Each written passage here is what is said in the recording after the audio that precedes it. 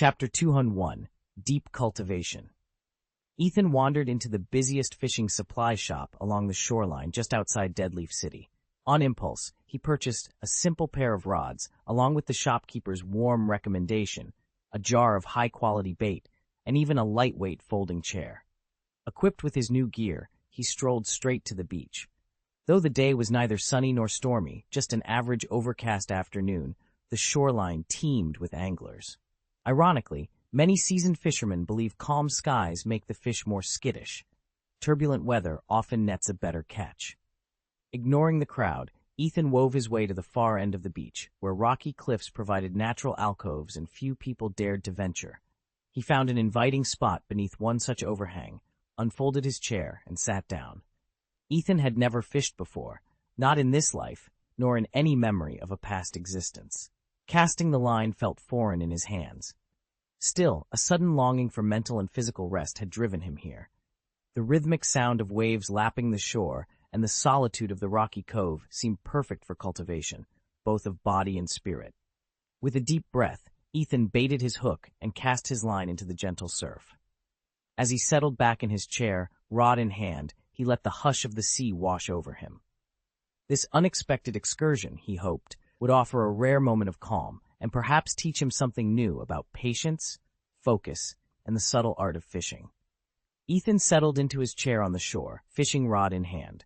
Around him, anglers hurried to bait their hooks and cast their lines, wiping sweat from their brows. Fishing, Ethan mused, was harder than it looked. At his feet lay his silent companion, a hulking creature whose ever-watchful eyes betrayed the smug grin it fought to suppress. One Ethan had spotted long ago. He cleared his throat and gave the beast a subtle nod. Then, with a few whispered commands, he released two more allies, the colossal milk tank, whose softly glowing core pulsed with healing energy, and his newly summoned claw-tail scorpion. The milk tank and the silent beast were already registered under Ethan's banner, but the scorpion had yet to earn its official place. Without a formal rank, it simply burst into the open, immediately captivated by the sandy bank. In seconds, it buried itself completely, save for its armored tail, which swayed gently just beneath the surface.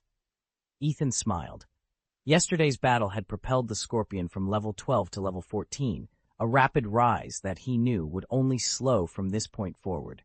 He leaned back, rod in hand, content to wait as his unusual quartet stood ready for whatever the day's fishing or fighting might bring. Ethan leaned back in his chair, letting the elf's strategy roll through his mind.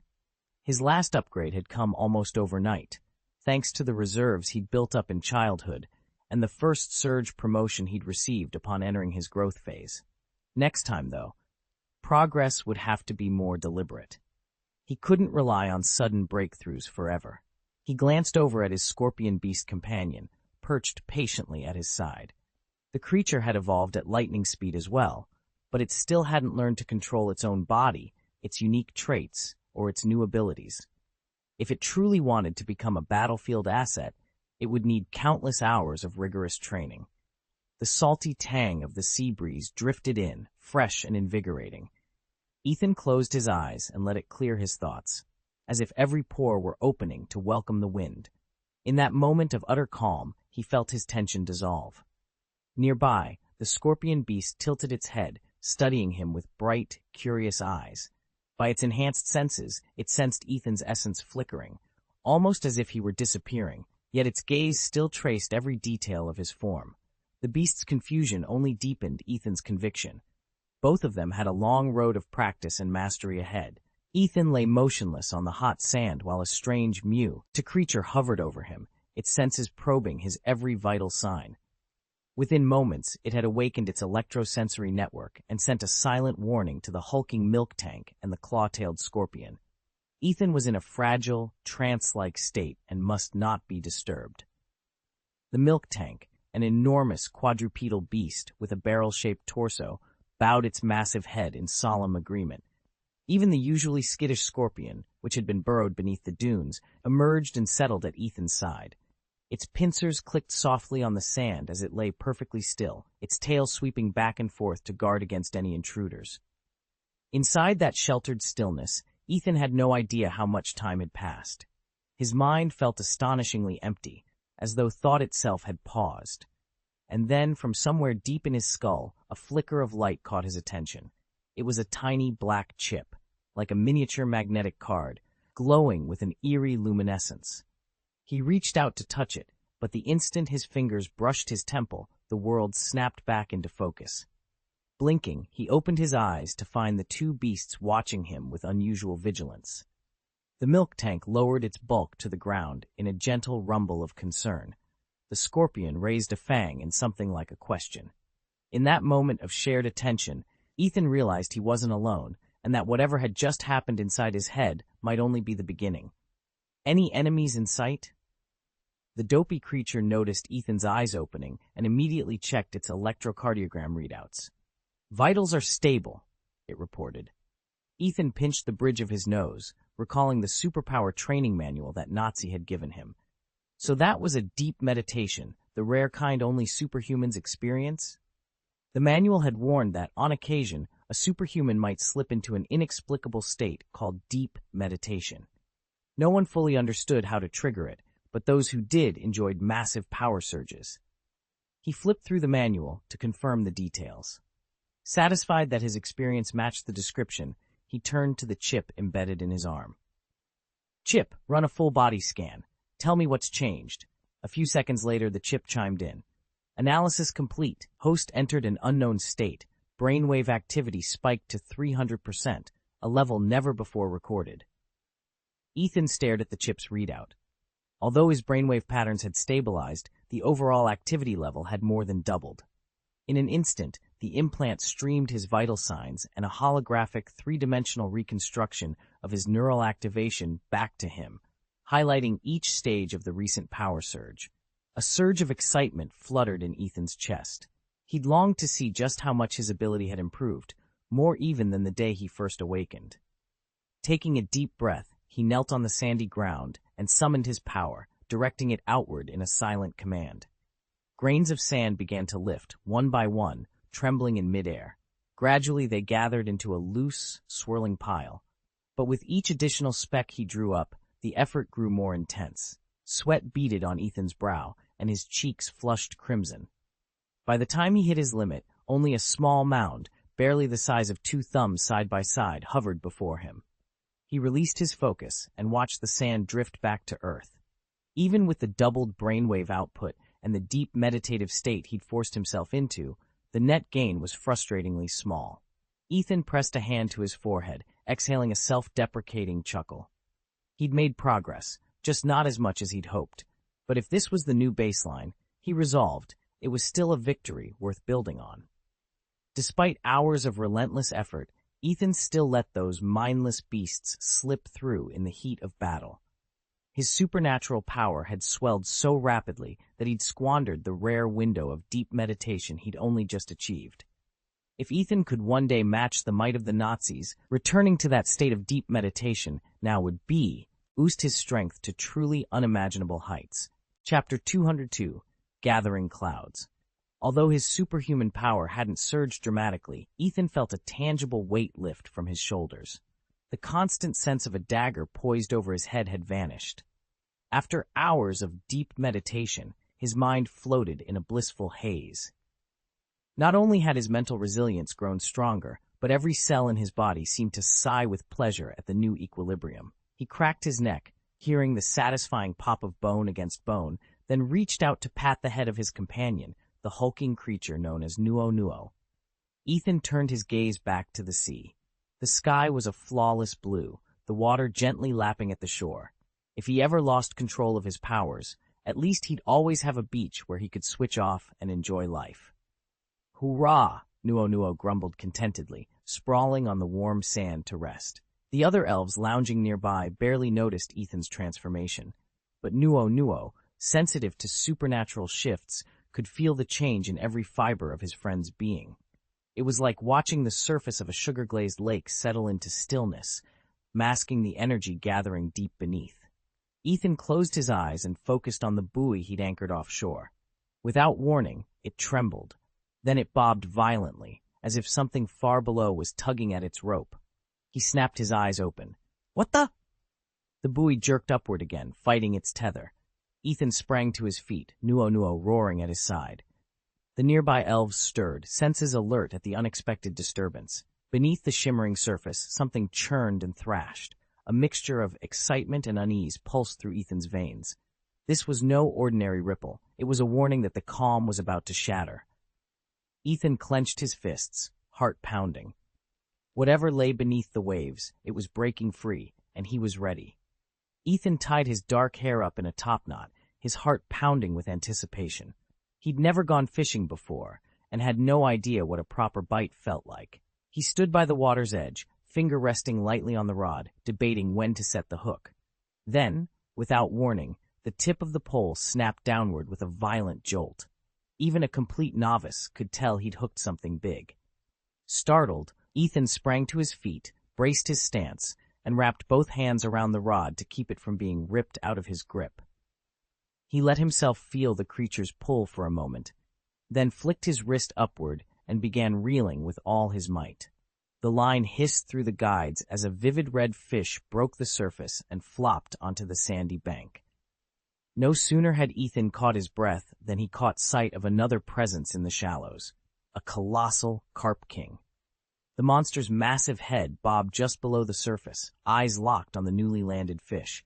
Bubbles streamed from its gaping mouth as it thrashed impatiently, ready to claim its prey.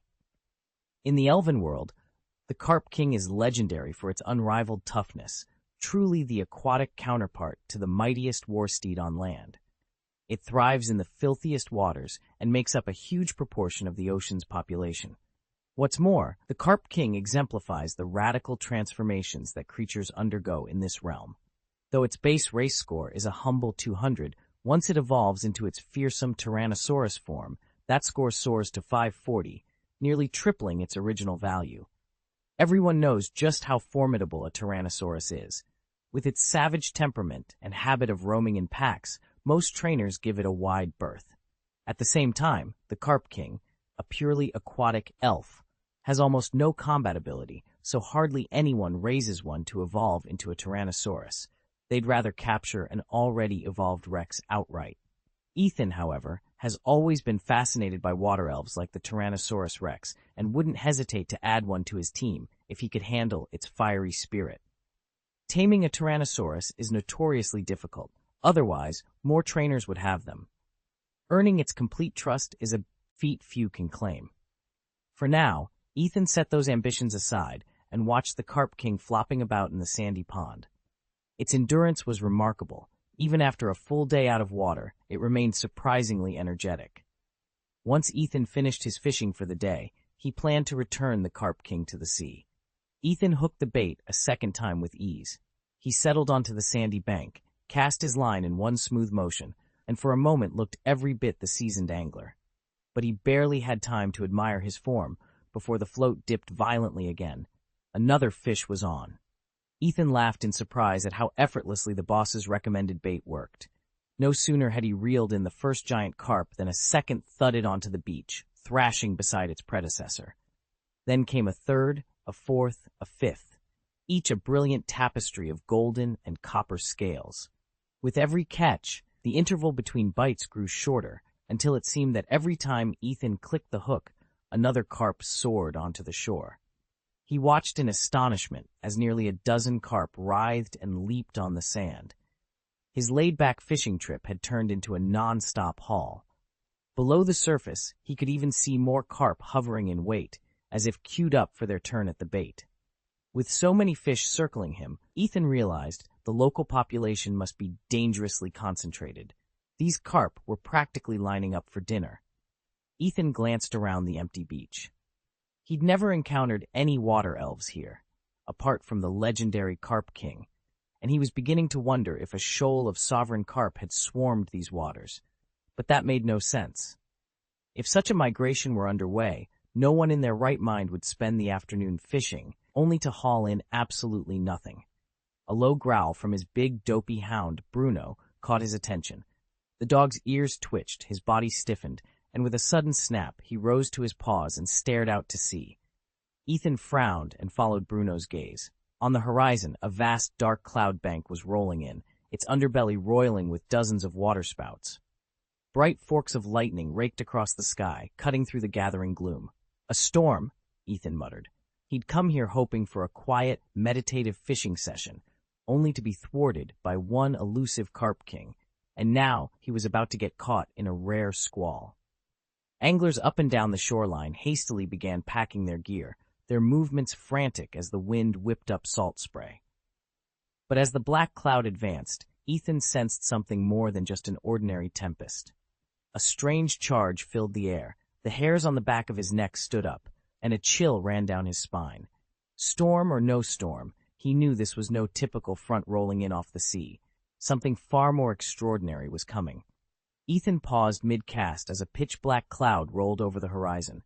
It hung there in stark contrast to the bright sky. No ordinary rain cloud, he thought. It was too dense, too deliberate. "This can't be natural," he muttered, lowering his rod. In a practiced motion, he flicked his wrist. It is sending his caught carp sliding off the sand and back into the surf. Then he summoned his gear ring, and all his fishing tools vanished in a flash of light. Around him, dozens of other trainers had frozen in place. One of them, an anxious voice from down the beach, yelled, "Is that a rain cloud summoned by a rain caller? And that big? Isn't it an elf who conjures that kind of cloud?" Another chimed in. But what would an elf want with Deadleaf City? Ethan glanced overhead and saw a lone figure standing on the cloud's edge, a tall man, perfectly still against the roiling blackness. A shiver ran down his spine. "What are you waiting for?" a third trainer snapped. "Get back to the Elf Center, hide, and don't dawdle. Who knows what that thing up there is planning?" Within seconds, the beach erupted into motion as every trainer scrambled to gather their own Pokeballs and equipment. In the blink of an eye, Ethan had ed away his rod and pack, then joined the crowd racing inland toward the Elf Center's safety. The black cloud loomed ever closer, an ominous promise of rain, or something far worse. "Could you please provide the full text of the chapter you'd like rewritten? Once I have the entire passage, I'll transform it into a smooth, idiomatic English version," renaming Aoki to Ethan and clarifying his gender as male, while preserving all plot points and details. Chapter 203, Tyrannosaurus. Ethan paused on the sun-bleached sand, glancing down at the awkward, lumbering creature at his side. He decided it was time to head home, but before he could take another step, a coalition police cruiser hurtled onto the coastal road and came to an abrupt halt. A half-dozen officers in crisp blue uniforms spilled out of the vehicle, their gazes fixed on a gathering line of dark clouds over the sea. At their head stood policewoman Junsha. She took the microphone mounted to the cruiser's speaker, lifted it to her lips, and spoke in a clear, authoritative tone. "Attention, beachgoers. Severe storms and high waves are moving in on this area. For your own safety, please evacuate the beach immediately and follow all police instructions. I repeat, heavy rain and dangerous surf are imminent. Leave now, proceed in an orderly fashion, and stay alert." Her announcement boomed across the sand. Tourists hurriedly gathered their belongings, parents scooped up children, and lifeguards waved people away from the water's edge. Under the officer's calm but firm direction, everyone filed inland, towels and coolers abandoned in their wake, until the beach stood empty, save for the retreating tide and a few scattered footprints. When the last stragglers had vanished behind the dunes, Junsha clicked off the microphone and turned to face Ethan and the other officers. "Trainers," she said, her voice shifting from public broadcast to private briefing, "the Alliance has just released its Level 2 mission directive." Miss Junsha gathered the trainers at the water's edge and laid out Deadleaf City's official response to the elven incursion.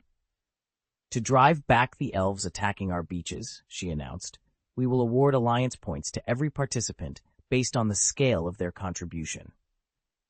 She paused to let that sink in, then explained the system. Alliance missions are a dedicated program for allied trainers. By completing assigned tasks, you earn mission points, which can be exchanged for gear, elven materials, and other supplies. However, redemption privileges vary by status. Full-fledged Alliance members have unrestricted access to every item in the exchange shop. Trainers like Ethan, though affiliated with the League, may claim most standard goods, but the rarest artifacts remain reserved for those at the highest rank. Regardless of your title, civilian trainer or league competitor, alliance points are invaluable. Many essential items can't be bought with coins. They can only be obtained through these points. So give it your all out there. Your efforts not only protect the coast, but also pave the way for your own advancement. For civilian trainers, accumulating points often proves faster and more practical than earning money outright. So, just as Miss Junsha predicted, once the second-level mission ended, many trainers who had been about to leave instead joined the police on the beach, bracing for the oncoming storm. Ethan had stayed farther back. When he finally strode onto the sand, the shore was deserted. No civilians remained. A lone police cruiser idled on the coastal road, surrounded by officers and trainers. He frowned as he took in the scene. Were it not for the confidence he felt in the Alliance ID badge Ying had supplied, he might have suspected they intended to arrest him. But given his current strength, the idea struck him as laughable. It would take a major operation just to detain him. With that in mind, Ethan walked toward the assembled group without haste. After all, to leave the beach, he'd have to pass through their line. Miss Junsha, having waited for exactly this moment, spotted Ethan's approach, and at his side, his loyal yet bumbling companion. Her eyes flickered with interest, and she quickly advanced to meet him. After flashing her police badge, Miss Junsha turned to Ethan. "Hello, trainer. We've issued an emergency side mission to help us hold off the elves during this storm. Your assignment and its difficulty will be based on your strength. Once it's complete, we'll distribute Ion points according to each person's contribution. We'd be grateful for your help." Ethan regarded her coolly. Alliance points held little appeal for him. The Rocket's redemption list imposed no identity restrictions. Any amount of points could be traded for whatever he wanted. Compared to the League's reward system, Alliance points were far less useful. Would it be possible to convert those mission points into Union coins instead? He asked. After all, few trainers would choose points when they could have coins. Miss Junsha smiled. Of course. She held the authority to arrange such an exchange, and for her to grant Ethan Union coins in place of points was a simple matter. Most trainers, when asked to choose between Alliance currency and Alliance points, would snap up the points without a second thought. But there were always those who found themselves short on cash, and Ethan's request struck Miss Junsha as exactly that kind of case. She hardly hesitated before agreeing to cover his costs in full. That simple nod of approval was all Ethan needed. He didn't argue. With so many trainers gathered on the beach, he knew that if any of the visiting elves proved too formidable, they wouldn't end up trailing behind. Calmly, he and his fellow trainer fell into formation. A few onlookers leaned forward, curiosity sparked by Miss Junsha's personal invitation, a clear signal that Ethan's strength was no joke, and that he might even hold some special status beyond ordinary Alliance membership. Before anyone could step forward to greet him, however, the pace of the inky black clouds rolling in from the sea quickened.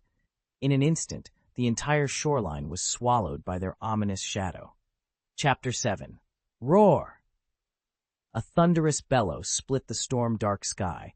Black clouds churned above the sea, and within each towering vortex swirled a living Tyrannosaurus Rex. Ethan counted at least 20 of the massive beasts, their silhouettes flashing in the lightning as they writhed through the water. Miss Junsha stood at the shoreline, her expression calm and steely. Not a flicker of surprise crossed her face, though she must have known what awaited them under those clouds. She'd gathered every available trainer here today, anticipating exactly this monstrous threat. It was clear she expected reinforcements. After all, even the bravest trainers would struggle against a horde of T-Rexes. Around Ethan, the other trainers exchanged tense glances, their eyes never leaving the spiraling dinosaurs. No one pretended this would be easy. More than 20 apex predators, each the size of a small building, closed in with thunderous roars. With a few moments still to prepare, Ethan leaned toward a nearby veteran trainer who looked oddly at ease. He called over the wind and rain, voice raised. "Aren't you at all surprised to see a pack of T-Rexes here?" The trainer cracked a grin as lightning illuminated his weather-beaten features. "You're not from around here, are you?" he replied. "This stretch of coast is called Tyrannosaurus Long Beach, for good reason. We're due for a show." Ethan swallowed, steeling himself. The storm raged on, and the dinosaur tornadoes drew nearer with each heartbeat. There was no turning back now. Anyone who's lived in Dead City for more than 6 months knows why this stretch of beach is perpetually under siege. The Tyrannosaurus dragons have 2 mating seasons each year, and right now we're smack in the middle of one. When the old man murmured, "Estrus season," his eyes flickered as if he'd just remembered something important. And in that instant, Ethan realized why those massive carp kings always drifted into these waters whenever he fished alone. It wasn't a random migration. The giant koi were being drawn in by the dragon's breeding frenzy. No wonder the shore erupts in chaos every time their mating call rings out. Chapter 204. Water Arrow Turtle. Tyrannosaurus dragons aren't exactly rare, but across an ocean this vast, they can number in the thousands. This stretch of beach is obviously one of their fixed breeding grounds. Were they not so easily provoked, witnessing a mating congregation like this might have felt like a grand spectacle, worthy of awe rather than fear. Dark clouds overhead drizzled steady rain, and dozens of massive Tyrannosaurus dragons circled in the sky, each one carving a waterspout that churned the surf below. Beneath them, shimmering carp kings burst to the surface, gazing up at the towering dragons with envy. For a carp king, to evolve into a Tyrannosaurus was the ultimate dream, but so few ever succeeded. Ethan watched the swirling waterspouts in the distance and let out a low sigh. "It's breathtaking," he admitted, "but once this is done, there won't be anything left for us." "Don't celebrate just yet," his companion replied, tone grim. "This display is only the beginning. Soon the Tyrannosaurus will enter their mating season, and their tempers will flare. When that happens, both river and sea will become a battlefield, and nobody, not even we, will come out unscathed." Ethan narrowed his eyes as he spotted dozens of Tyrannosaurus dragons in the distance. "Here they come." On cue from the man's low command, the dragons blasted out of a towering waterspout, their eyes glowing red as they thundered ashore. Waves crashed up and flooded the beach, adding to the chaos. Among the trainers gathered there were locals from Deadleaf City and travelers from far-off regions. No one was prepared for this horror. Dozens of enraged dragons, each as big as a boulder, charging straight at them. Panic rippled through the crowd. Novice trainers bolted in every direction like headless flies, their screams lost in the roar of the surf and the thunder of heavy claws on wet sand. Fortunately, Miss Junsha had anticipated this exact scenario. A squad of police officers moved in alongside the trainers, quickly organizing them into small teams. Each officer took charge of 4 or 5 shaken trainers, guiding them to safety and calming their frayed nerves as the Tyrannosaurus dragons continued their relentless approach. Chapter 7. Ethan stood at the edge of the muddy training grounds, his boots sinking into the churned earth. All around him, panicked trainers shouted orders and dashed about, desperate to corral the rampaging Tyrannotars. Ethan raised his voice over the din. "Form up, 5 to 6 trainers per Tyrannotar, no more than 1 beast per squad." Instantly, the chaos stilled. Police officers and veteran handlers converged, organizing the trainers into neat teams. They assigned the larger, tougher Tyrannotars the biggest squads, and the smaller ones just a handful of handlers, enough muscle to keep every monster in check without wasting manpower. 3 massive Tyrannotars prowled the field. The smallest was barely shoulder-high to a steel-plated police cruiser, tamed quickly by its 4-man squad. The mid-sized one gave more trouble, but 6 trainers wielding energy nets soon had it pinned. And then there was the Alpha, towering, scales like shattered granite, eyes blazing with fury. That Tyrannotar was Junsha's alone to face. Even now, dozens of Squirtles, tiny spiral-shelled water turtles, darted ambushes along its flanks, while a lone Arcanine flashed in and out, unleashing blazing fire blasts that scorched the beast's armored plates black. Ethan watched Junsha coolly direct the battle. "War Turtles, flank left. Arcanine, use flame charge on its side." Her commands were crisp as signals in a battle hymn. At once, the War Turtles, evolved Squirtles with stout shells and determined eyes, sidestepped and gushed superheated jets of water at the Tyrannotar's hind legs. The Arcanine pivoted on its haunches, charged, and slammed into the monster's flank, showering it with sparks. The Tyrannotar roared, rearing up to unleash a searing beam of orange fire that carved trenches into the earth. No sooner had the flames died than it inhaled deeply and expelled a colossal column of water that slammed the attackers backward. Mud and debris rained down, trainers scattered, and for a heartbeat, the field fell silent. Ethan tightened his grip on his team's release straps. "Brace yourselves. Hold your ground." At his signal, every squad squared their shoulders and pressed forward once more, energy nets crackling, Pokeballs glowing, ready to turn the tide. Under Ethan's steady command and Yunsha's razor-sharp tactics, they would not let the Tyrannotars break them today. Towering waves rolled over the shoreline with each violent clash. The Tyrannosaur's spear relentlessly sought out the seemingly delicate Miss Junsha. But no matter how fast or precise his thrust, her water dart turtle would spring up alongside her and, using its full weight, slam the beast's massive skull into the sand. Though the Tyrannosaur's sheer size allowed it to shake off the assault, it was, after all, a proud dragon-headed monster. Those precious seconds of distraction were exactly the opening Miss Junsha needed. In a flash, the Swiftwind Hound streaked through the gap, its fur crackling with brilliant, thunder-charged energy. With a savage snap, it clamped onto the Tyrannosaur's flank, ripping deep and dealing catastrophic damage. As a dual water and flying-type creature, the Tyrannosaur was especially vulnerable to electric attacks. Each bolt struck it with quadruple force. Writhing in pain and fury, the beast retaliated with a storm of elemental strikes aimed at both the turtle and the hound. Yet against all odds, it was Miss Junsha, standing alone, who managed to hold back this formidable Tyrannosaurus Rex. Her power and the seamless teamwork of her companions proved terrifyingly effective against the island's mightiest creature. Ethan fell in alongside a squadron led by a police officer, their mission clear: take down a rampaging Tyrannosaurus. As they advanced, the team passed the battlefield where Miss Junsha was locked in mortal combat with the towering beast. In that instant, the neural chip implanted in Ethan's mind awakened on its own. Without his conscious input, it began scanning and recording data on several nearby elves, feeding him vital information before he even realized it. Chapter X: The Green Tyrannosaurus and the Dark Green Water Arrow Turtle. Ethan stepped onto the practice field and surveyed the two imposing Pokémon before him. Their raw power was undeniable. Green Tyrannosaurus, species Tyrannosaurus green, gender male, level 39, type water flying, ability intimidation, held item none, genetic moves none. Basic moves: bite, growl, leer, twister, ice fang, aqua tail, lick, dragon rage. Taught moves: scorching light. Hydro pulse dark green water arrow turtle, species water arrow turtle, dark green, gender male, level 36, type water, ability swift swim, held item none.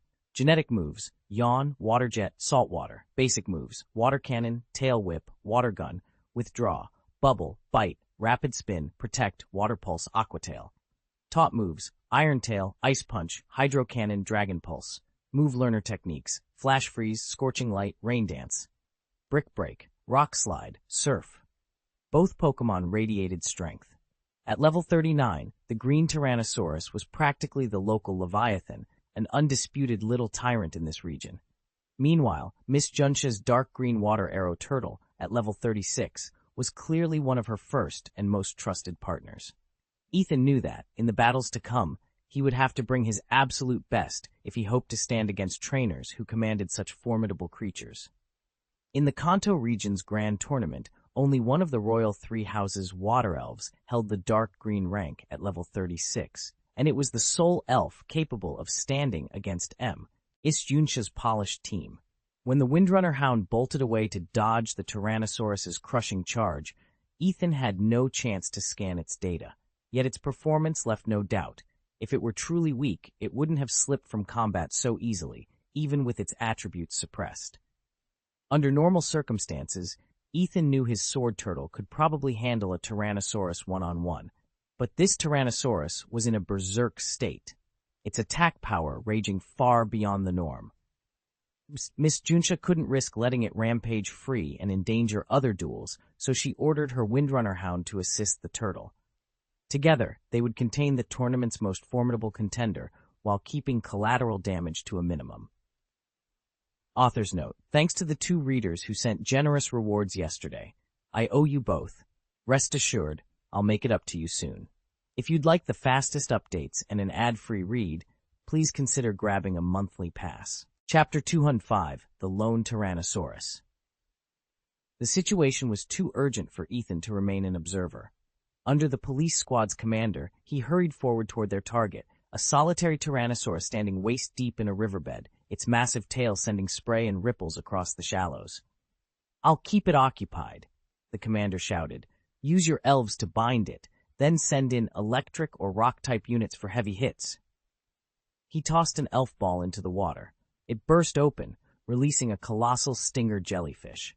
With lightning speed, the jellyfish snaked its venomous tentacles around the Tyrannosaurus's legs, trying to pin it in place. This dinosaur was no match for the one Miss Junsha had once faced.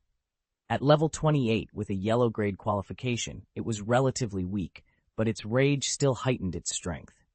The Tyrannosaurus thrashed violently, each powerful kick sending water cascading over the riverbank.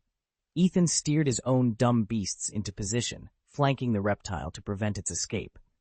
Around him, the other officers formed a tightening cordon, blades and rifles drawn. Yet the commander's inexperience was clear. His brow gleamed with sweat as he barked orders, and more than once the Tyrannosaurus shattered the jellyfish's hold and lunged toward the team. With a thunderous roar, the beast charged. Ethan braced himself, fists clenched, ready to leap into the fray. This time, he would not let the tyrant slip away. Ethan gritted his teeth, muscles straining as he held the net launcher steady. If he hadn't acted so quickly, his ragtag team wouldn't have lasted a minute against that rampaging Tyrannosaurus.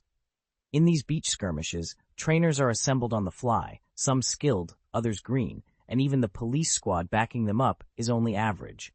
To be able to tangle a creature that size at all was a testament to Ethan's reflexes. Golden coils of energy lanced out and wrapped around the Tyrannosaurus's legs, but the beast howled in fury, its massive form thrashing. Every second counted, because once those bonds snapped, there'd be no stopping it. The success of the whole operation depended on the trainers' combined effort. If they were too slow or too frightened, the Tyrannosaurus would break free and wreak havoc. Just when Ethan thought they might pull it off, disaster struck. A nearby team made a fatal error.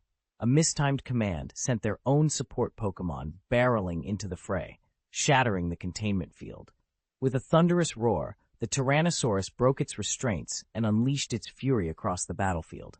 Shock froze several trainers in place. They watched in horror as a police unit creature was trampled underfoot, its handlers powerless to intervene. Freed from its bonds, the Tyrannosaurus pivoted and charged straight toward Ethan's position. His teammates' faces went ashen. They'd fought hard to reach this point, but now their greatest opponent stood between them and victory, and it was coming at them full force. Ethan's heart pounded as he stared at the two towering Tyrannosauruses. "If those two merge," he warned, "we're looking at a catastrophe. It'd be our Waterloo, the end of every battle we've fought so far." No sooner had he spoken than the sea before them split with brilliant white light. Two more colossal forms rose from the waves, evolved carp kings transformed by the same strange energy into full-fledged Tyrannosauruses. Ethan's chest tightened. Once these newcomers got their bearings, they'd charge straight into the fray. He turned to Officer Grant, whose face was ashen. "Listen," Ethan said, voice firm. "I'll take that big one on. You keep handling the other. Don't let it near our line." Before anyone could argue, Ethan seized the placid horned beast he'd been guiding and hauled it safely out of the immediate combat zone. With the lumbering dinosaur in tow, he sprinted directly at the first Tyrannosaurus. As he closed the distance, Ethan's visor flared to life, streaming biostats and structural data across his HUD. Bone density, muscle mass, all response times. Everything he needed to pinpoint its weakest spot.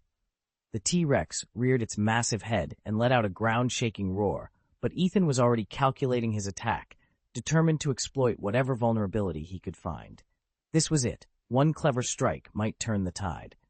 And Ethan wasn't about to let the world's next Waterloo happen on his watch. Ethan tapped his scanner, and the holographic readout blinked into existence. Elf, Tyrannosaurus, light green, gender male, level 28, attributes, water, flight, feature, intimidation, carried items, none. Genetic skills, none. Basic skills: bite, roar, stare, tornado, frozen teeth. Taught skills: light break, water wave. Skill learner: none. No wonder this light green Tyrannosaurus had torn their formation to pieces. Since not every handler possessed Ethan's ability to inspect an elf's stats at a glance, most team leaders based their selections on reputation and instinct. More often than not, they were spot on, but this time they'd severely underestimated him. The massive beast, still seething from its last skirmish, locked eyes on Ethan and charged. Its powerful legs pounded the ground as it barreled forward, jaws parting to unleash a reckless, overwhelming attack. A sickly yellow glow gathered between its fangs, coalescing into a blistering orb of energy. "Shatter the light! Obliterate it!" the T-Rex bellowed, unleashing the searing beam. Ethan's heart remained steady. Without hesitation, he barked crisp orders to his own elf, preparing to counter the Tyrannosaurus's fiercest assault. Ethan barely had time to steady his breath when Gweezy, who'd been lurking in his shadow, sprang into action at his command. No longer hidden, the strange spirit materialized in a flash of pale light and flung a glowing orb straight at the rampaging Tyrannosaurus. The amber sphere hurtled toward the creature, and then a faint hum rippled through the air as a diaphanous green energy shield enveloped the dinosaur's massive form. The incoming attack stalled against the barrier, dissipating into harmless motes of light. The beast's own offensive, a recently expended burst of destructive radiance, had left it drained. It had no time to recharge its power before Gweezy's assault struck. Dazed by the otherworldly glow, the Tyrannosaurus staggered, its eyes rolling back. If its beam of concentrated energy hadn't just gone on cooldown, the creature would have unleashed it indiscriminately, threatening everyone in range, friend or foe alike. "Pathetic brute," Ethan snarled, still reeling from mental shock. No defenses, no limits. Geesey, rain down shadow spheres, relentlessly. From the moment Ethan had called upon his damaging light, he understood there'd be a brief window before his own energies realigned. His magic would be unavailable for an instant, even as his legs remained ready to spring. And in that moment, he trusted Gweezy to keep the tide of battle firmly in their favor. Ethan stood at the water's edge, heart hammering in his chest, as the Tyrannosaurus staggered under the blinding flash. The beast went berserk in the shallow surf, thrashing violently and sending towering waves crashing outward, waves that rocked even the other combatants caught nearby. For a single, electrifying moment, its eyes were gone, swallowed by Ethan's strange, ghostly light. Then, with a roar that shook the air, the Tyrannosaurus summoned every shred of its raw power and dispelled the glow. The spectral illumination winked out, and the predator's vision snapped back. Ethan's chest tightened. He knew it was impossible for his spell to affect such a leviathan, yet somehow it had worked long enough to blind the beast. No sooner had the Tyrannosaurus regained sight than it fixed its bloodshot gaze on the smallest figure in the fray, Ethan himself. Driven by savage instinct, the creature recognized the human as the weakest prey. If it could kill him, the rest of these obstacles would vanish.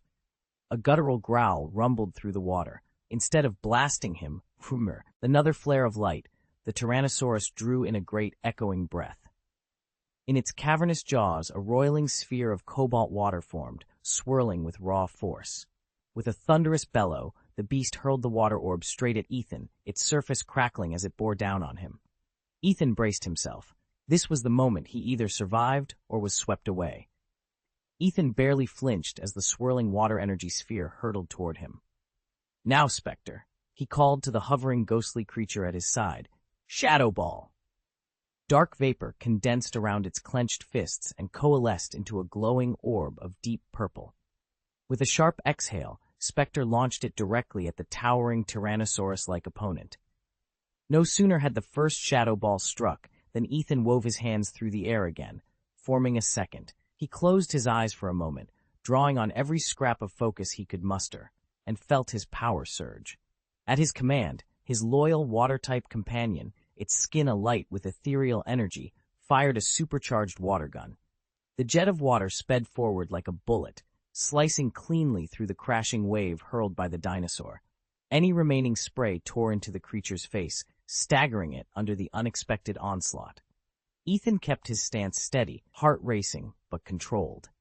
The battlefield lay quiet for the barest instant. enough time to plan the next move. Certainly. Please go ahead and paste the chapter you'd like me to rewrite, and I'll transform it into a smooth, idiomatic English version, renaming Aoki to Ethan and making sure his gender and all plot details remain clear. Chapter 206, Defeating the Tyrannosaurus. Ethan cursed under his breath.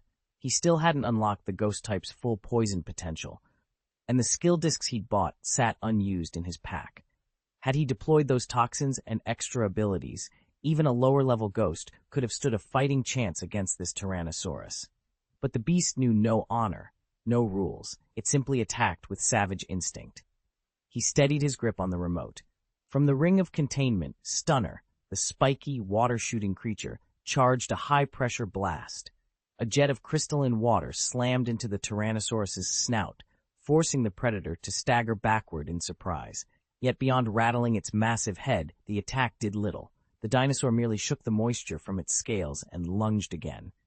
Ethan had anticipated as much. "All right, brain beasts. Psychic shock, full power," he ordered. A dozen small, dull-eyed creatures swarmed the dinosaur, their minds crackling with raw telepathic energy.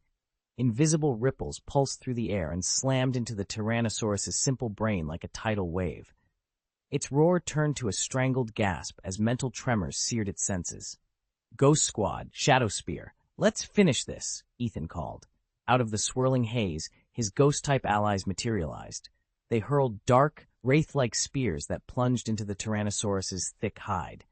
Each spear siphoned away vitality, feeding on the creature's life force. Under the combined assault of psychic bombardment and spectral weapons, the mighty dinosaur wavered.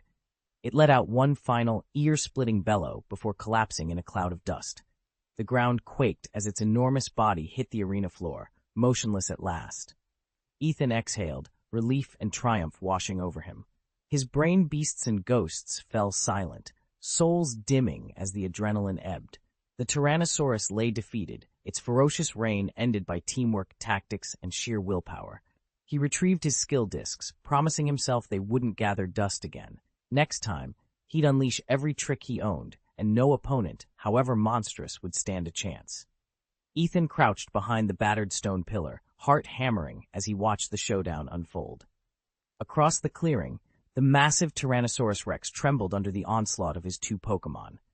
Ghost hovered nearby, its spectral form shimmering in the dim light, while Gyarados loomed behind it, jaws flexed and eyes burning with fervor. First came Ghost's Shadow Ball, a swirling orb of dark energy that smashed against the Rex's flank. Every inch of its scaly hide sizzled under the attack, but the beast didn't turn to retaliate. Instead, it staggered in place, red blood trickling from the corners of its battered eyes. Ethan's wrist display beeped urgently, showing that the tyrant's mental defenses were on the verge of collapse. Even in its disorientation, the dinosaur let out a low, furious growl. Ethan knew they had to finish this now. Any hesitation, and the Rex might recover enough strength to crush them both. "It's almost over," he murmured, voice steady. "Gyarados, yawn! Ghost, hypnosis!" Obediently, Gyarados opened its massive maw in an earth-shaking yawn. From its throat drifted a single, glimmering bubble, floating across the ground like a captive moon. At Ethan's side, Ghost began its eerie chant, eyes glowing silver as it wove the hypnotic spell. The bubble met the Tyrannosaurus Rex squarely on the forehead and burst with a soft pop. In that instant, the dinosaur's heavy eyelids drooped. The furious blaze in its gaze dimmed, its roaring ceased. Knees buckling, it slumped forward, utterly overcome by sleep. Ethan let out a slow breath of relief. Around him, the forest seemed to inhale as well, silence returning at last. Ghost and Gyarados flanked their fallen opponent, ready for whatever came next. But for now, the battle was won. Geisy seized the moment and wove a subtle hypnotic weave into the beast's own exhaustion. As the tired Tyrannosaurus Rex let out a cavernous yawn, Geisy's spell took hold, and the great creature's eyes fluttered shut. With a bone-shaking roar, it collapsed forward, its massive bulk thundering into the surf and sending a colossal wave crashing onto the shore. Ethan didn't hesitate. He drew a glowing elven orb from his belt and launched it straight at the fallen dinosaur's flank. Everyone on the beach held their breath. This was the first time a Rex had broken through the siege lines, and no one expected a single challenger to handle it. Few among them had the backing of a powerful house like Miss Junsha's or the resources of the Alliance. If Ethan succeeded here, relief would sweep through the ranks. Yet even as they waited for the orb to detonate, two more Tyrannosaurus dragons, freshly evolved but still fearsome, surfaced off the coast, hurtling toward the shoreline. Their raw strength might not match the veteran Rex's, but every fighting team was already pushed to its limits. Should these newcomers join the fray, the delicate balance of power would shatter, and with it, the fragile order holding the entire battlefield together. Ethan's dim-witted beast lobbed the elven orb containing the Tyrannosaurus dragon straight to him. The instant Ethan caught it, the orb shrank down to pocket size, and he slipped it into his coat. A level 28 light green Tyrannosaurus dragon was no small prize. Elven creatures of that rarity were notoriously difficult to subdue. In fact, light green specimens often sold for as much as, or even more than, the common dark green ones. Wealthy collectors loved to parade such majestic behemoths. Nothing satisfied their vanity quite like showing off a towering dragon at their side. By conquering this Tyrannosaurus dragon, Ethan's dim-witted beast leveled up to 26, instantly becoming the strongest member of his team. That outcome lined up perfectly with Ethan's expectations. In the Gopher Caves, the poisonous elf horde had unwittingly set the stage for his beast to shine as the main attacker. Having met those precise conditions, its victory automatically triggered the level up. And if Ethan's calculations and the readings on his data chip were correct, his companion Ghost wouldn't be far behind in reaching the next tier. Ethan knelt beside Ghost, studying the swirling black gas that danced over its form. The module he'd just attached was supposed to trigger an evolution straight to the Ghost Stone stage, but so far all he'd seen was a surge of vaporous energy and the occasional flash of inky light. Nothing more. Not enough battle experience yet? He wondered aloud, his voice low as he traced the strange patterns rippling across Ghost's spectral hide. Behind him, Officer Junsha, fresh from her epic struggle with the mighty carp dragon, watched Ethan's creature with rapt attention. She'd arrived just in time to see him topple that fearsome opponent all by himself, and she couldn't help feeling thankful she'd trusted her instincts to find him. The moment she laid eyes on Ethan, her training as a police officer had sent a shiver up her spine, the same tingling warning she'd only ever felt around the most dangerous criminals or the toughest wild trainers. If that primal sixth sense was right, Ethan was no ordinary trainer. When he had called for the head evolution specialist, the trainer hadn't hesitated for a second. He gestured Ethan over, confident in the young man's potential, and every observation so far had proven him justified. Ethan had been holding back in the early stages, keeping a low profile. But when the emergency struck, he finally stepped forward and caught Miss Junsha's attention. That's exactly what the League expects of its trainers. Once you've the strength, you must rise to the challenge and shoulder greater responsibility. In Junsha's eyes, Ethan was a powerhouse Alliance combat trainer, precisely the kind of fighter you needed to survive in the wild. All the more thrilling, then, when Ethan faced down that Tyrannosaurus Rex. Though he'd initially hung back, his final decisive strike felled the beast with clean precision. It was the first Rex defeat aided in this battle, and Junsha couldn't hide her excitement, her fist clenched in silent cheer the moment Ethan claimed the Tyrannosaurus elven ball. No one's ever taken down a Rex so swiftly. Junsha's voice rang out across the arena. Trainer Ethan, could you do us another favor?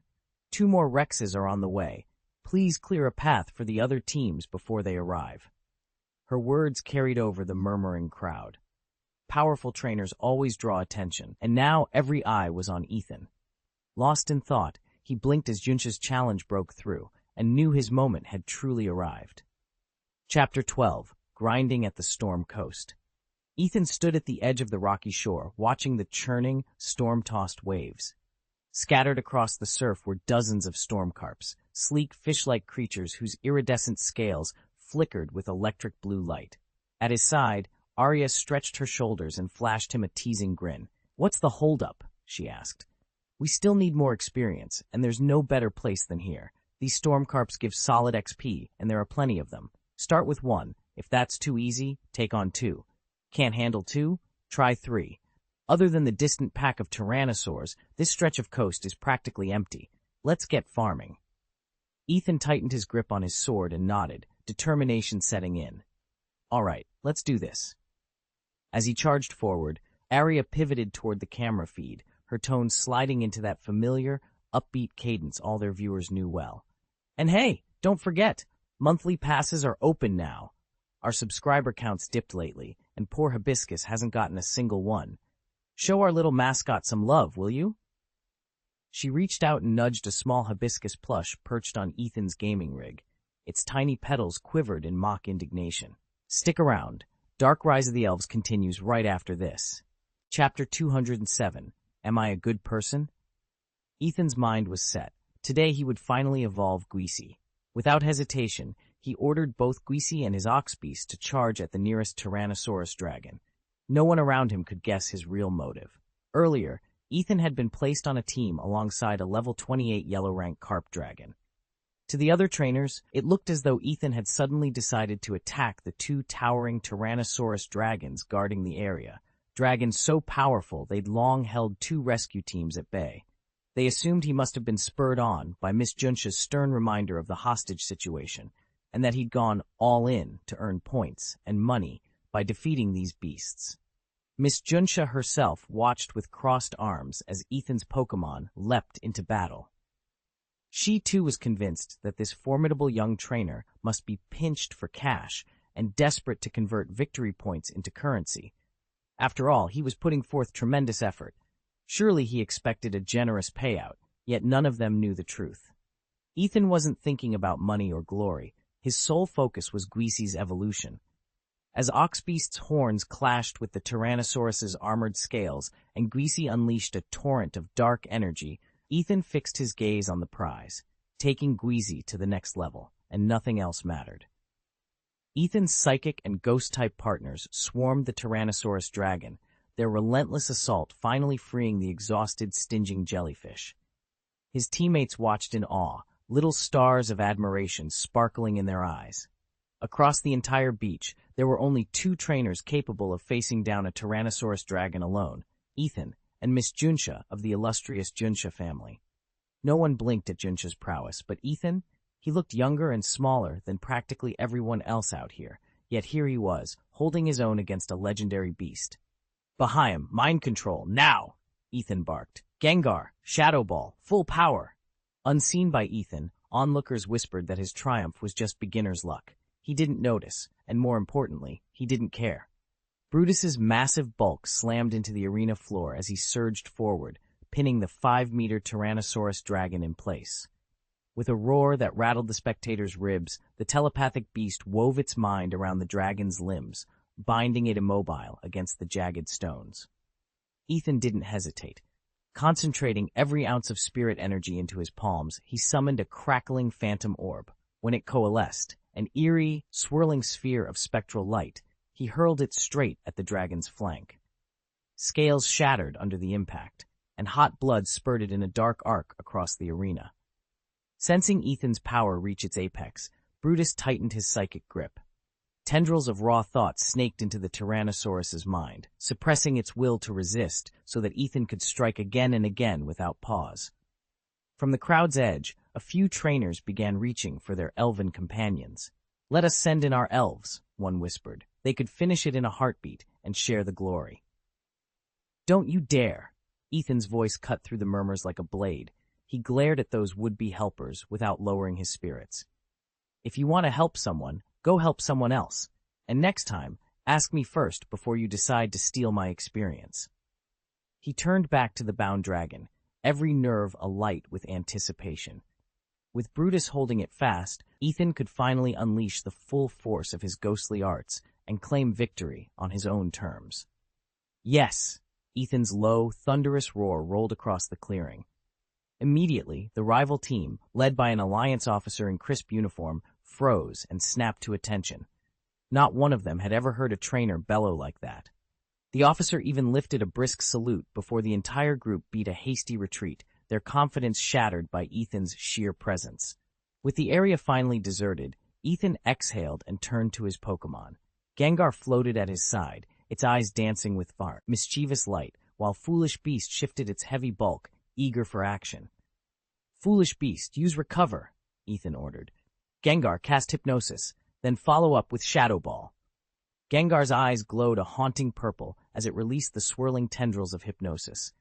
The massive Tyranitar staggered, its feral glare flickering as it fought the drowsy haze creeping into its mind. Seizing the moment, Foolish Beast channeled its inner strength, a soft aura enveloping it as Recover restored its vitality in a steady pulse. Before the foe could rally, Gengar conjured a dark, crackling sphere and hurled it. The Shadow Ball struck the dazed Tyranitar squarely, sending it crashing to one knee. With both opponents weakened and off balance, Ethan knew it was time. He reached into his belt and flung an Elven Ball straight at the fallen behemoth. The device snapped open around Tyranitar, lights flashing in rapid succession until, click, it sealed shut. Tyranitar was caught.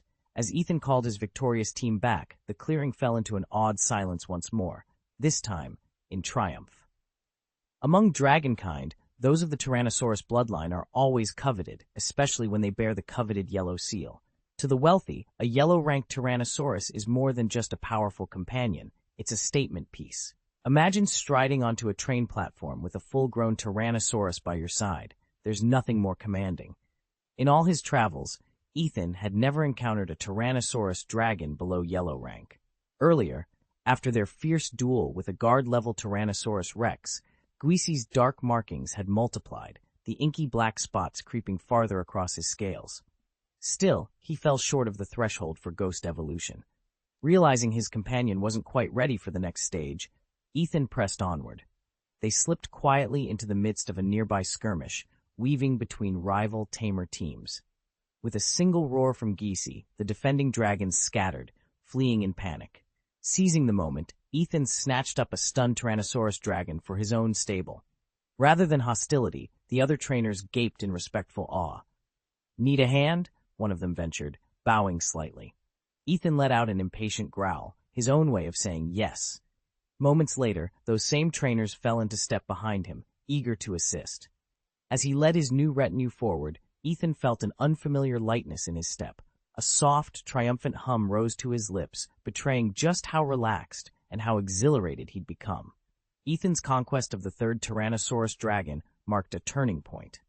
With two of the beasts already defeated, and the remaining pair yet to reach shore, the liberated squads finally had enough manpower to stand their ground. And Ethan would not rest here. He would press on, hunting down any surviving Rex-class dragons until every last team was free.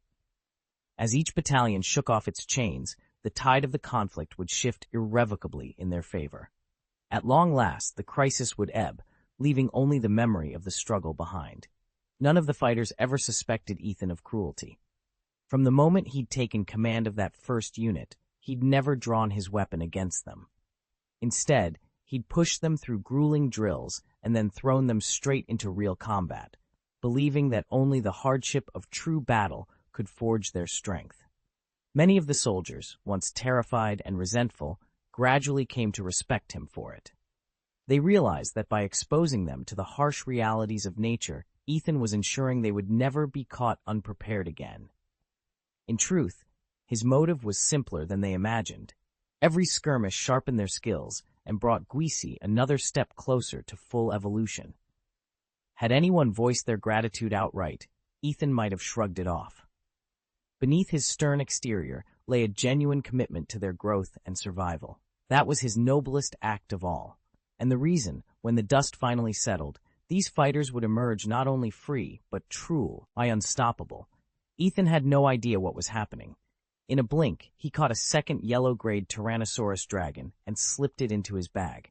All the while, the dark, luminescent flecks across Guisi's shell were growing denser and more intense, as if something within him was awakening.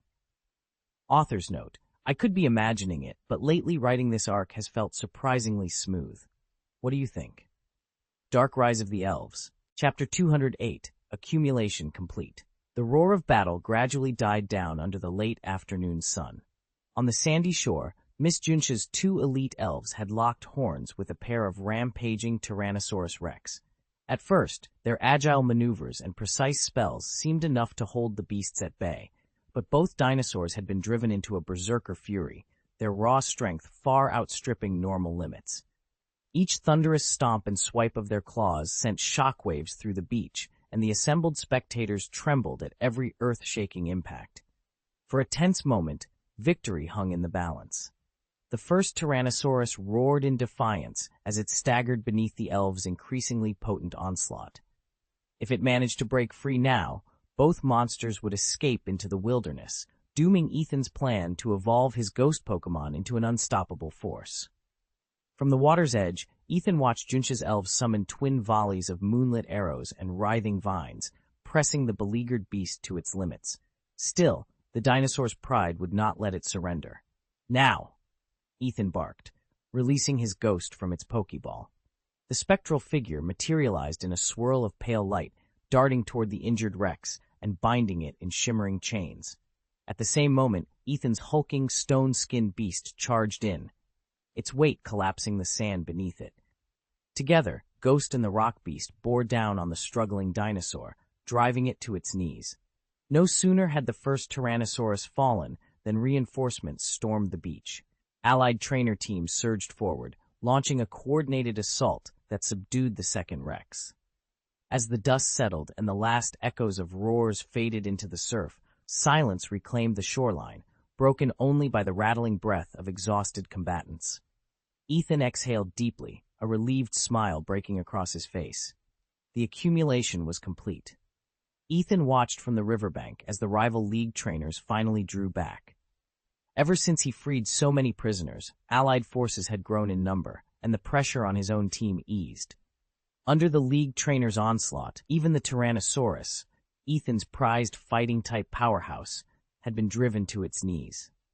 But the league's code forbade killing a Pokémon outright, and with so many trainers present, no single individual dared claim it as a capture prize. Now the wounded dinosaur lay motionless in the shallow water, steam rising from its shattered scales. Ethan allowed himself a wry smile. "What a bunch of amateurs," he muttered under his breath. "They've got prime fodder right here, yet they're worried about some lofty sense of honor." He pictured them blinking at the downed Tyrannosaurus, debating whether to haul it off for ransom money or add it to their roster, then chickening out and sneaking off instead. Pathetic. If Team Rocket had been on the scene, they'd have ripped that T-Rex away in a heartbeat. With an asset like this stomping around on your side, promotion up the league ranks wouldn't take 2 shakes. Shaking his head, Ethan tore his attention away from the beaten dinosaur and turned back to his own squad. He drew in a steady breath and called out, "All right, everyone. Full strength. We're not stopping until we've taken down every last Tyrannosaurus in this stretch of river." With a crackle of energy, his ghost and beast-type Pokémon surged into action, eyes glowing and fur bristling. Ethan grinned, the fire of competition burning in his chest. "Fourth one. Fifth one. Let's see how they like fighting a real team." As his Pokémon charged forward, water splashed and echoes of roars filled the air. Ethan's pulse raced with excitement. This was exactly the kind of decisive victory he thrived on, and nothing was going to stand in his way. Ethan lunged for the kill on the 6th Tyrannosaurus dragon, but the wounded beast let out a pained roar, dragging itself back toward the surf.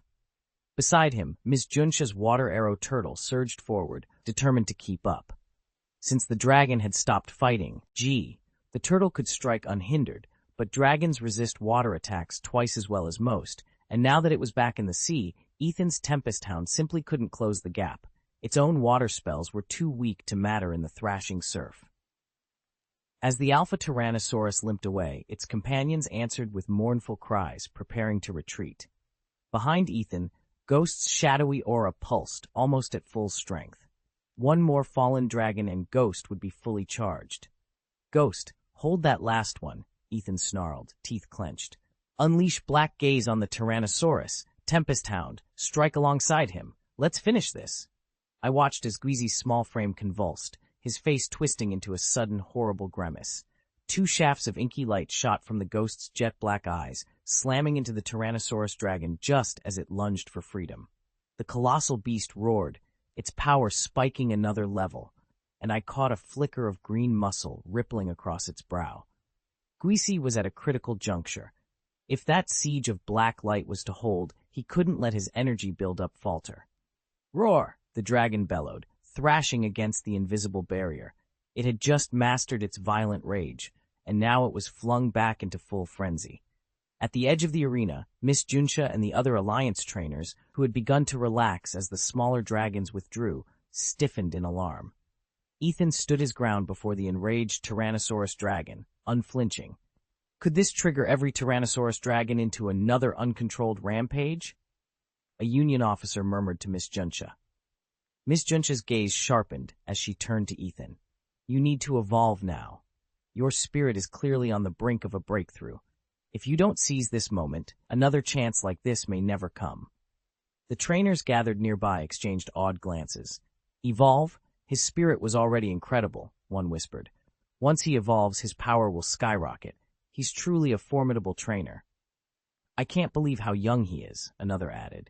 What family must he come from to be this strong? Exactly, a third chimed in. No ordinary lineage could produce someone who stands firm against a horde of tyrannosaurs with zero fear. Junsha frowned, cutting through the speculation. He's a civilian trainer. Her words fell over the group like a thunderclap. Even Junsha herself couldn't hide her astonishment. Civilians rarely display such strength and composure at so young an age. But the world's most indispensable treasures, she reminded herself, are its geniuses. Miss Junsha had watched countless elite trainers, but a civilian prodigy like Ethan was a rare sight. Cultivating an elf required enormous resources, far beyond the reach of most amateurs unless they could fund their efforts through bold expeditions.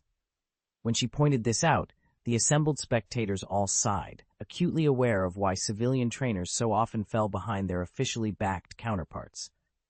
Meanwhile, on the beach arena, Ethan's showdown with the Tyrannosaurus was reaching its climax. Ghost! Shadow Ball! Finish this! He called out, voice steady. After countless drills and skirmishes, Ghost's mastery of the Shadow Ball technique had grown by leaps and bounds. Its attacks now struck harder and unleashed in rapid succession. Ghost's ethereal form pulsed as it sent two final Shadow Balls hurtling forward. The glowing spheres slammed into the Tyrannosaurus's flank, forcing the mighty beast to collapse onto the sand in a thunderous impact. A moment later, the frothy surf receded, drawing the tide back and revealing the smooth, wet shoreline. Ethan didn't waste a second. He snapped open an elf ball and hurled it toward the fallen behemoth. Then he held his gaze firmly on Ghost, whose shadowy silhouette still lingered in the mist, waiting for the capture to register. Chapter 4. The Gathering Darkness. Ethan watched, breath held, as the inky black energy coalesced around the creature, filling every gap until at last it solidified into a single loud, dusk-colored orb. He glanced at his scanner. Ghost's data streams were spiking wildly, its experience bar surging past the final threshold. It was on the brink of evolution. This ancient ruin, however, was no place for such a transformation. Shadows flickered along the broken pillars, and any disturbance could invite disaster. With no time to lose, Ethan reached into his pack and withdrew the elven orb he'd claimed from the sleeping guardian beast. Carefully, he slotted in the dragon carp core, its soft light pulsing against the orb's dark surface. Then, with a practiced flick of his wrist, he sealed Ghost within. Orb secured, Ethan turned away from the crumbling chamber and slipped into the winding corridor beyond. Evolution would have to wait. First, they had to escape these depths. 4 chapters down. The 5th begins soon. Don't miss the next installment of Dark Rise of the Elves. Chapter 219, 1 Foot. As the Tyrannosaurus recoiled, the dark clouds the elves had maintained began to break apart, dissipating as the last raindrops fell. At once, the sun burst through the sky, and a vivid rainbow arched over the sea. Ethan barely spared it a glance. His companion Ghost was on the brink of evolution, and this open shoreline was no place for such a transformation. He'd arranged everything he needed back at the Elf Center, and couldn't risk starting the process here. Hold on, Ghost, Ethan murmured, lifting the swirling orb of black energy. We'll evolve once we're back home. Whether Ghost understood was impossible to know, but the orb pulsed in reply with a soft, eager... Without hesitation, Ethan snapped Ghost into an elf ball and set off toward the heart of the elven settlement. He ran at full tilt, weaving through the clearing until he almost collided with Miss Junsha. He skidded to a halt. Miss Junsha, I'm sorry, but I have to get back to the Elf Center right away. It's urgent. And oh, by the way, my name's Ethan. Before she could respond, he dashed off again, elf ball in hand, determined to reach the center as quickly as possible. Miss Junsha stood watching, serene and unperturbed. Her form shimmered with spectral light, as if she too were on the verge of evolution. Clearly, Ethan's plan was to bring both Ghost and Miss Junsha back to the Elf Center for their transformations, just as he'd intended. Ethan glanced briefly at the shoreline before setting off. He needed a secure, uninterrupted place to sort out his mission rewards. With Miss Junsha's tracking gift, a single name was all it took to pinpoint someone's location, and she'd already led him here. The Elven Center in Deadleaf City. The center lay just a short run from the docks. Thanks to Ethan's remarkable stamina, he covered the distance in no time. After breezing through the entrance inspection, he sprinted back to his quarters, unlocked the door, and summoned the resident elves. Within moments, a dozen elves materialized, their lithe forms flickering in the lamplight. Ethan's silent, telepathic beast, a creature often dismissed as mute, projected the latest update. The ghosts were on the verge of evolving, and nerves were running high among the gathered elves. Ethan raised a calming hand. "There's nothing to fear," he said. "This is the Elven Center, one of the League's most impregnable strongholds. Few would dare to breach its walls, and anyone powerful enough to try would first have to get past me. Besides, the Rocky City Rocket Coalition isn't weak. None of their forces would risk an outright assault on the Alliance." At his words, the elves relaxed, their stiff postures easing as they prepared themselves for the battle ahead. Dryleaf City had finally settled into a tense but stable peace. The Alliance and the Rockets had forged a power-sharing arrangement. The Alliance governed all official forces on Brightside, while the Rockets pulled the strings of the underworld in Dead City. Every year, the port's booming trade filled the city coffers, and nobody wanted to upset that delicate balance. Inside a hidden chamber beneath the old warehouse district, Commander Rhea, affectionately nicknamed Tank for her bulky frame, handed a chilled bottle of fortified milk to Ethan, who was slumped against a steel support beam. "Here you go, Ethan," she said. "Drink this and get your strength back." Ethan cracked the seal and drained the bottle in 2 long gulps. Almost immediately, warmth spread through his limbs, easing the ache of exhaustion. Rhea pivoted to the other figure in the room, a massive mutant whom everyone called Beast. He knelt cross-legged on the gridded floor. "Beast, go ahead and meditate," she instructed. "You'll need every ounce of your power when Ghost finishes evolving, and you'll have to throw up a potent psychic shield to protect him." Obediently, Beast sank deeper into his posture, eyes closing as he focused on the flow of his inner energy. His chest rose and fell in steady, controlled breaths. At the center of the chamber, Ghost began to materialize. A roiling aura of black light enveloped him, lifting him into midair. A data chip embedded in his collar beeped and flickered, projecting lines of fluctuating readings onto a nearby holo display. The spikes and dips showed that his metamorphosis was far from complete. Rhea stepped forward, crossing her arms. "All right," she said quietly. "Once Ghost hits full evolution, we move. Everyone be ready." Ethan nodded. Beast's meditation deepened, and the lab's hum grew louder, carrying the promise of something powerful and dangerous about to be unleashed. Ethan had some time to spare. The silent beast still needed to finish its meditation. He grabbed a towel from the giant water tank, wiped the sweat from his brow, and then brought out 6 captured Tyrannosaurus dragons. The finest was the pale green specimen he'd felled at the very start of today's hunt. The others ranged in hue from sunny yellow to deep amber. Although none surpassed level 30, and all carried only a yellow tier ranking, their combined market value was still impressive. Even without Miss Junsha's promised bonus, these 6 alone would earn Ethan a handsome sum. Meanwhile, the silent beast was on the verge of gaining a level, and the ghosts were about to evolve. What had begun as a simple day of rest had turned into a haul far exceeding any they'd ever taken from the gopher's den. Finally, the beast's meditation ended. It lifted its head and met Ethan's gaze with bright, eager eyes. He offered a single nod, and the creature's focus sharpened. Its next meditation would be even more efficient. Ethan watched as the hulking creature summoned its latent power, forming a shimmering force field around the ghost orb. This brute's containment field actually expands the ghost without slowing its evolution, he noted. The creature's eyes gleamed, and a pale blue energy mask draped itself over the ghost's inky sphere.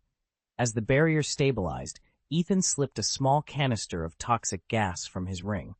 Up until now, the ghost had gulped down only a trickle of poison each day, barely 10% of what was available.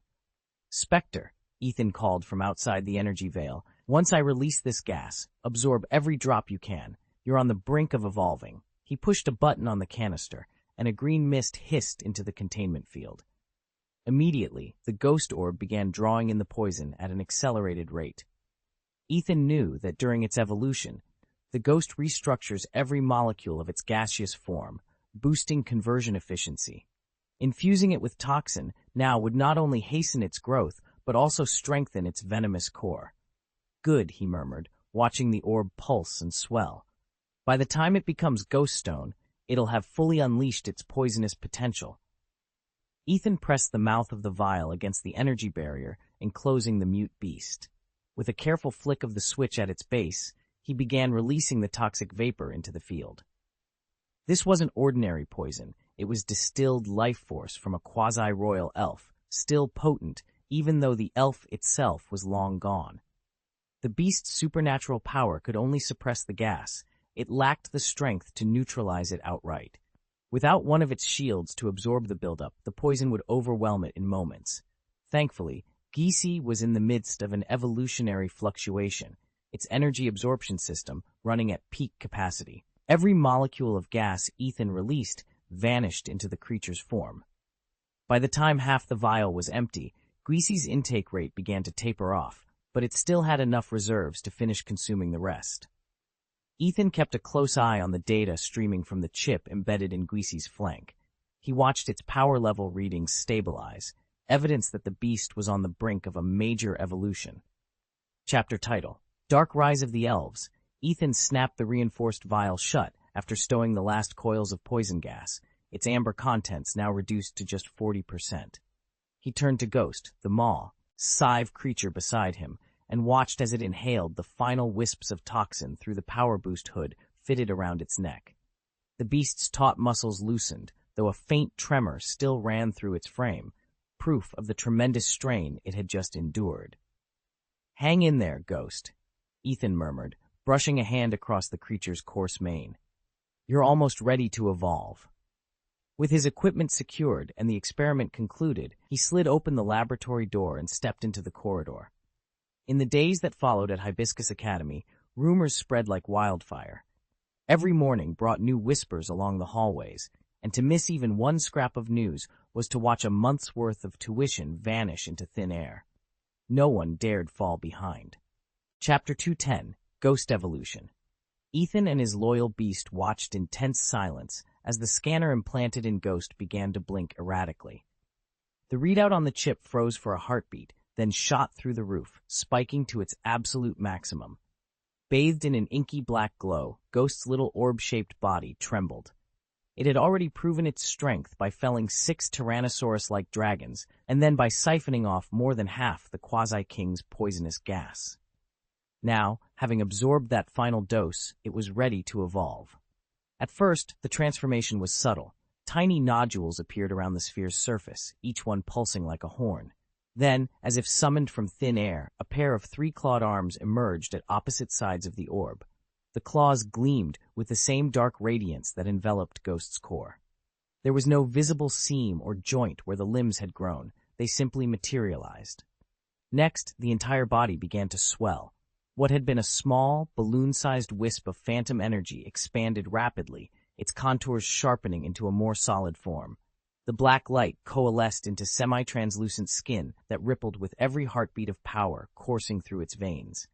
Horns lengthened, arms thickened, and the round shape flattened into a more agile silhouette. Ethan's eyes widened. He could feel the rush of raw energy surging from Ghost's evolving frame. The evolution light flickered across the Phantom's new musculature, hinting at untold abilities now bursting to life. As the glow finally dimmed, Ghost hovered before him, a transformed entity, poised for whatever challenge lay ahead. When the glow of evolution finally faded, Ghost Stone stood in full form before Ethan. A low, mirthful chuckle escaped him as he studied his transformed body, and, most surprising of all, the extra pair of arms sprouting from his sides. He flexed them experimentally, clearly both fascinated and a little bewildered by this unexpected change. Ghost Stone, Ethan said, stepping forward with a proud smile. Congratulations. From this moment on, your power has reached a whole new level. He studied his companion's deepening purple hue with satisfaction. The color was far richer than that of an ordinary ghost stone, a clear sign that its poisonous abilities had been honed to perfection. Ethan couldn't hide his excitement. Ghost Stone was the very first of his Pokémon to evolve, and the rest of the team watched in quiet envy. Evolution had always been their greatest ambition, and now, as they gazed at the newly advanced Ghost Stone, their eyes glittered with longing. None more so than the scorpion-tailed fellow whose stare seemed to sparkle like tiny stars. But for Ethan, Ghost Stone's evolution was more than just a milestone for his Pokémon. It was proof of his own growth as a trainer, and he couldn't have been happier. Ethan has already surpassed the league's junior trainers in raw power, but he still falls just short of the intermediate rank. Thanks to the recent evolutions of his ghost-type Pokémon, however, he's now a hair's breadth away, effectively a quasi-intermediate trainer. With even a modest boost in strength from any of his ghosts or any of his other partners, Ethan will officially claim intermediate status. To put things in perspective, League intermediate trainers are on par with Team Rocket squadron leaders, while League senior trainers match up with Rocket captains. In Rocket terms, a standard captain corresponds exactly to a League senior trainer, and an elite captain is every bit as formidable as a League elite trainer. Should an elite trainer push beyond that, they earn the title of Quasi-Arch, and if they advance still further, they reach the Quasi-King level. Within Rocket Command, those at the Quasi-King tier function as high-ranking officers, positioned between captains and the organization's core leadership. Ethan listened as Ying outlined the Rocket's power structure. Even the most capable captains wield far less authority than a cadre, but there's still a hierarchy among captains, themselves. Those whose strength approaches cadre level hold a higher grade. They're the true middle managers of the organization, the so-called quasi-kings. They've climbed halfway to the top, one more step, and they become full cadres. Ying went on to describe the ultimate trial. Although both cadres and these elite captains take part, ordinary captains aren't permitted to learn its secrets. Only those on the verge of promotion, captains powerful enough to be mistaken for cadres, are eligible for Trial Island. In practice, these select captains exercise far more influence than their rank would suggest. If they weren't nearly on a par with cadres, they'd never be sent to such a critical test. In terms of strength and authority, calling them cadres wouldn't be an overstatement. Ethan had already been promoted to squad captain, and in terms of raw power, he'd even surpassed a standing squadron lieutenant, though only by a narrow margin. He was confident that, before the ultimate trial began, he'd fully match a lieutenant's strength. Of course, possessing the power of a squad captain didn't automatically grant him the rank's privileges. To claim that title outright, he still needed the formal endorsement of at least one mid-level officer, and to pass the official evaluation. Only then would he assume true command, and with it, responsibility for no fewer than 3 platoons of men. That said, for an elite rocket team such as Ying's, exemptions from the usual assessments were not unheard of. For reference, the rocket team hierarchy runs in ascending order: soldier, squad leader, squadron lieutenant, brigade leader, junior cadre, and senior cadre, each tier further divided into sub-ranks, which we'll explore later. Now that Ghost Stone had fully evolved, Ethan had downloaded its data via the implanted chip, but as he sifted through the readouts, one discovery left him utterly stunned. Ethan tapped the holographic display hovering before him and reviewed Ghost Stone's updated status. Name: Ghost Stone, Quasi-Cyan. Gender: male. Level 25. Type: Ghost Poison. Characteristic: Levitate. Held item: none. Genetic moves: Fire Fist, Ghost Face, Black Mist. Basic moves: Hypnosis, Tongue Licking, Mean Look, Confuse Ray, Curse, Nightshade, Strange Light, Assault, TM learnt Rest, Shadow Ball, Extrasensory, Skill Swap, Snore Egg moves, Grudge, Power Swap, Ingrain, Dream Eater. Everything looked familiar, except the quasi-Cyan qualification stamped next to the name. Ethan frowned. He'd never seen that ranking in his countless hours of research. Leaning back, he activated the AI chip in his brain. "Chip," he said, voice laced with curiosity. "What exactly does quasi-Cyan mean?" A measured, mechanical tone replied inside his mind. Ghost Stone's original qualification tier is dark green. However, after ingesting a large volume of highly toxic gas, its poison-type potential has been drastically amplified. That enhancement remains significant, but hasn't yet fully elevated its tier classification. The system therefore assigns it a provisional quasi-Cyan status. Ethan mulled over the explanation. Provisional status, so this was a halfway point between dark green and full cyan. It made sense in theory, but he'd never encountered it in any Pokémon manual or data archive. He brought his eyes back to Ghost Stone's portrait, watching the pale, spectral figure float serenely on the readout. If this quasi-Cyan classification was real, it meant Ghost Stone could be far more powerful than any dark green Pokémon he'd ever seen. Quiet determination settled over him. Whatever this new tier implied, Ethan knew one thing for certain. He and Ghost Stone were going to put it to the test. Ethan stared at the luminescent readout on his status chip, hardly believing what he saw. His virulence aptitude had skyrocketed, but it still hadn't quite met the light cyan threshold programmed into the chip's grading system. For now, it was labeled simply as cyan. Even so, this quasi-cyan rating effectively put him on par with a Genu in cyan tier. What surprised him even more was how much his overall qualification score had climbed. Ghost Stone's evolution had already unleashed a raw surge of power, but now that boost was compounded by the jump in his aptitude grade.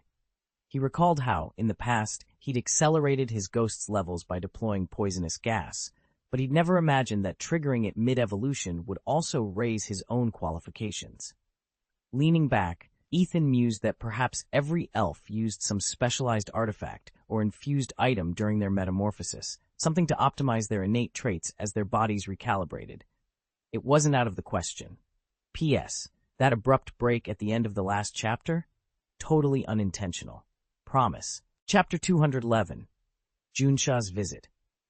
Ethan watched with a surge of pride as the Ghost Stone completed its transformation into the spectral Ghost Stone. Its raw power had soared, and its aptitude had climbed to a level rivaling even his most advanced elf companions. But the most remarkable change was its new poisonous affinity. Once trained in a handful of toxin-based skills, the spectral Ghost Stone could unleash a devastating blend of venomous strikes and brute force. The evolution didn't just bolster its stats, it altered its very form. 2 clawed arms had sprouted from its sides, instantly opening up a host of physical techniques it could master. Now, each swing delivered both corrosive venom and bone-crushing impact, making its offensive capabilities far more versatile than before. Yet despite acquiring a cache of illegal skill CDs on the black market, Ethan hadn't been able to put them to use. Teaching those spells required a certified skill learner, a wizardry instructor with the proper magical credentials. While the Wizardry Center did employ such trainers, they were perpetually booked, and any attempt to enroll dozens of illicit CDs would surely draw prying eyes. Ethan knew he needed someone discreet, capable of working outside the official system. He just hadn't found that person yet, nor a secure location to conduct the lessons. As he pondered his options, the gates of his compound swung open. Junsha, commander of the Junsha regiment, strode in with her usual brisk efficiency. Her sharp eyes scanned the courtyard before settling on the newly evolved spectral Ghost Stone. A flicker of surprise crossed her face, one Ethan knew she would conceal with a cool nod. "Impressive work," she said, voice even. "But remember, power like this attracts attention. Have you made arrangements for those skill CDs?" Ethan met her gaze. "I'm working on it. I won't let the regiment, or our enemies, get wind of them." Junsha inclined her head. "See that you don't. We have bigger battles ahead, and we'll need every advantage we can muster." As she turned to inspect the spectral Ghost Stone more closely, Ethan felt the weight of her words and the urgency of his next move settle across his shoulders. This evolution was just the beginning. Ethan knew the Elven Center's skill terminals wouldn't unlock without a valid Alliance ID swipe. Although the system never openly declared that every session was logged, everyone trusted the Alliance bureaucracy to handle such things, and the Wizards' Council certainly did. They'd match each elf's identity to the card and upload the training logs straight into the League's master database. Right now, Ethan's cover as a low-profile recruit in the Rockets was still intact. But once he made a name for himself, League investigators would comb through those records, expose his hidden heritage, and let the world know who he really was. He'd even installed a data-blocking chip in his skill learner to prevent any uploads, but the center's wardens supervised every training session. The moment they saw his device producing no data output, their suspicions would be raised. Reluctantly, Ethan scrapped the idea of running skill CDs through the Elven Center's terminals. Instead, he decided to funnel his credits into under-the-table tutors on the black market. Meanwhile, two of his elven comrades, nicknamed Dumb Beast and Milk Tank, still met the Alliance's ID requirements and continued using the center's terminals. Ethan knew they weren't exactly starved for new abilities, so he discouraged them from training alone. It made far more sense to wait until the entire group was ready, then arrange clandestine lessons where they could all learn together, far away from prying eyes. All of the elves finally shook off their awe and excitement over Ghoststone's evolution. Gradually, Ghoststone himself grew accustomed to his altered form. 2 extra arms and a larger frame were the only visible changes. Everything else remained the same. According to the data chip, if Ghoststone absorbs the remaining 40% of the poisonous gas still in his system, his quasi-Cyan rank should stabilize into a full light Cyan grade. But should the absorption process stall, his rank will slip back down to dark green. Once the discussion with the elves concluded, there was a light tap on Ethan's door. The elves melted away into the hallway, and Ethan opened it with a friendly smile to find Lady Junsha standing in the doorway, fresh from her solo battle on the beach. He stepped aside to welcome her in. As Junsha crossed the threshold, her eyes casually took in the interior. Nothing grand or unusual, just a standard guest chamber in the Elven Center. Ethan turned his head and realized Miss Junsha was watching him. He offered a sheepish grin. "Haha, sorry, old professional habit. I hope that wasn't a problem." He waved her toward a chair and poured her a glass of water. With a reassuring smile, he added, "No trouble at all. Really, it's fine." Miss Junsha was nothing if not direct. She pulled a bank card from her pocket and slid it across the table. "Here's your reward for completing the Level 2 emergency mission. 200,000 in cash. Don't underestimate it." She knew that for a trainer like Ethan, 200,000 might not seem like much. But with so many participants sharing the spoils, this was the largest sum she could allocate. Though Ethan had fought bravely, everyone had witnessed his effort, he still had to split the payout with his teammates. A portion of these funds technically belonged to her, yet she'd insisted he keep it all. Ethan stared at the card, stunned. He'd never expected such a windfall. After the League's deductions, it was unbelievable that he might walk away with 100 grand.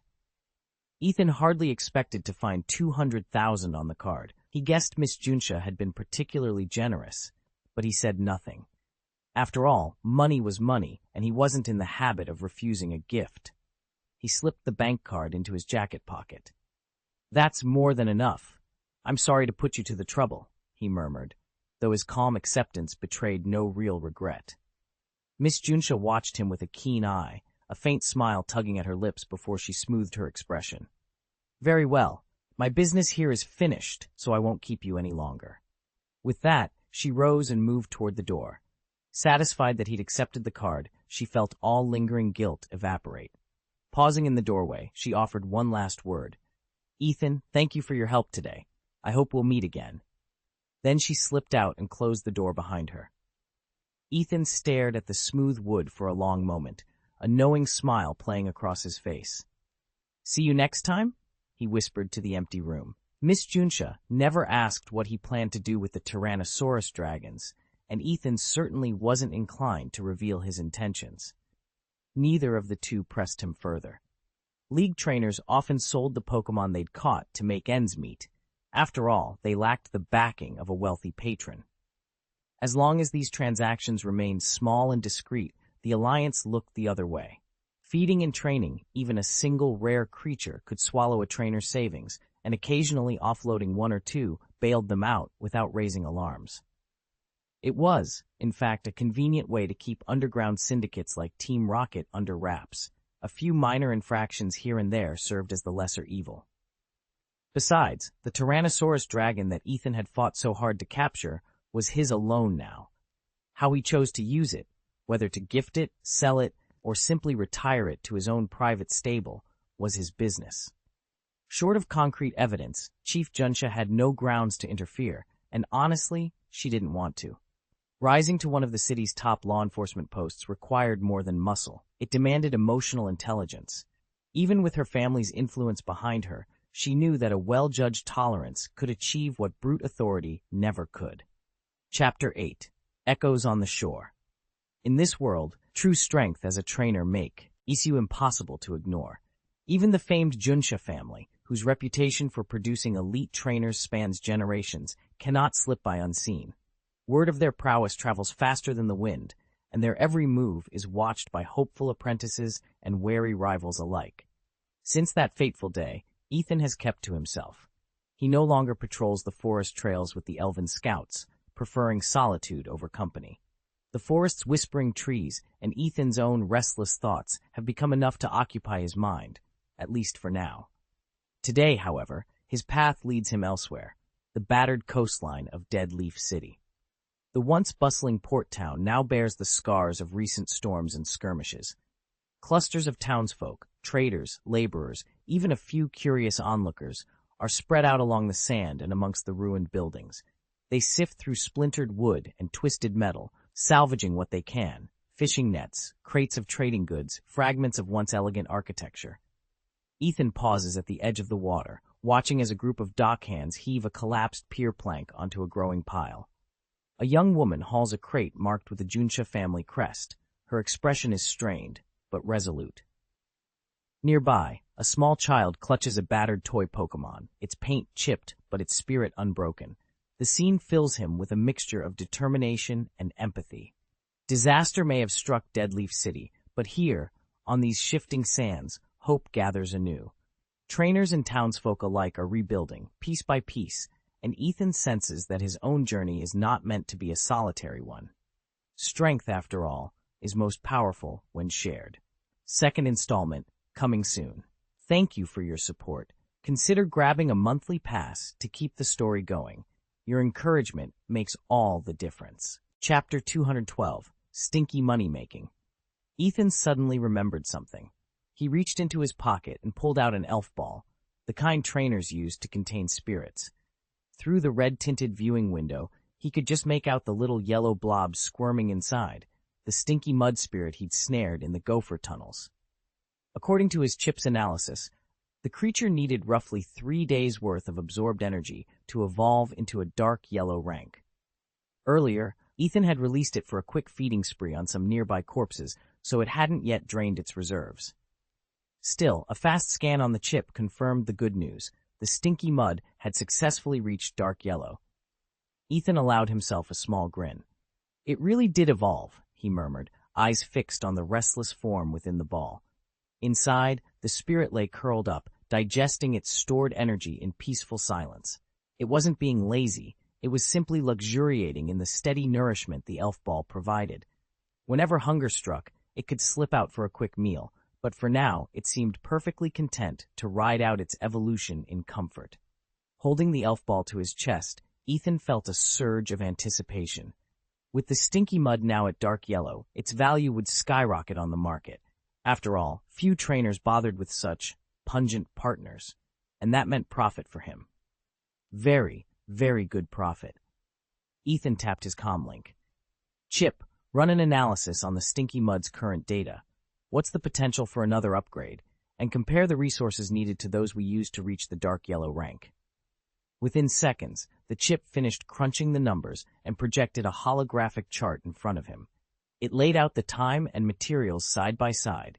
To raise the dark yellow stinky mud to its next tier would take 10 days and consume twice the resources of the previous upgrade. Ethan studied the figures, If he then pushed for a third promotion, the cost wouldn't merely double again, it would climb even higher. According to the chip's calculations, the Stinky Mud could, in theory, be improved indefinitely. But with each tier demanding exponentially more time and materials, Ethan's stomach nodded. Unlimited potential sounded impressive on paper, but at this escalating price, he wasn't sure he dared pursue it. Chapter 7. Ethan studied the map, tapping a finger against his lips as he considered the numbers. If he cleared an entire elven region and let the slimes there feed on ambient mana for centuries, even a lowly yellow-tier specimen could eventually evolve into a blue-tier slime. In theory, that patiently nurtured progression would work, but only for slimes that started at yellow or below. He thought about the alternative. Capture a cyan-tier slime and feed it a mountain of elf corpses, letting it absorb that life force over decades. Maybe, just maybe, it would ascend to true blue tier. But the sheer span of time, the supplies of corpses, the risk of spoilage, it all struck him as wildly inefficient. Leaning back, Ethan's eyes lit up. Why chase a single blue-tier prize when he could cultivate dozens of mid-level slimes instead? Green and dark green-grade slimes were everywhere, and far easier to catch. With the right feeding regimen, he could upgrade them into light cyan or even full cyan slimes in a fraction of the time it would take to coax a blue tier from the lowest ranks. And cyan slimes weren't just another notch on his belt. They were the cream of the crop in the elven market, commanding prices 4 or 5 times higher than their green brethren. By cycling through batches of these mid-tier slimes, Ethan could turn his modest stock of elf corpses into a continuous stream of high-value creatures, maximizing both profit and efficiency. Best of all, during any lull in the frontier wars, the battlefield itself would supply him with more raw materials. Fallen wild elves, perfect for reprocessing into slime feed. What others saw as grisly waste, Ethan saw as an opportunity, a way to convert leftover spoilage into cold, hard oin. He folded the map, satisfied. The plan was simple, the resources were at hand, and the payoff was enormous. Now all he needed was a few dozen green slimes and a repository of elf corpses, and he'd have the elven world's top-tier market cornered before anyone even noticed. Ethan grinned as he surveyed his little slime farm. These stink slimes were surprisingly profitable, and best of all, they required almost no effort. Whenever he came across an elf corpse, he simply fed it to the slimes. And when he didn't have fresh meat, the slimes didn't starve. Thanks to their incredible metabolism, they could go weeks without a meal. Currently, his slimes were only light green grade, the most basic, unpromoted rank. But Ethan already had a plan. He'd strike a deal on the black market for a few green grade specimens, then devote a little time to nurturing them up to cyan grade. The jump in value was staggering. Even a run-of-the-mill cyan slime fetched over 1 million alliance coins. If he managed to cultivate slimes that had consumed rarer elf breeds, their price could skyrocket even higher. It all came down to hunter rank. The more powerful the hunter, the more valuable the creatures they could handle, and the fatter the payday.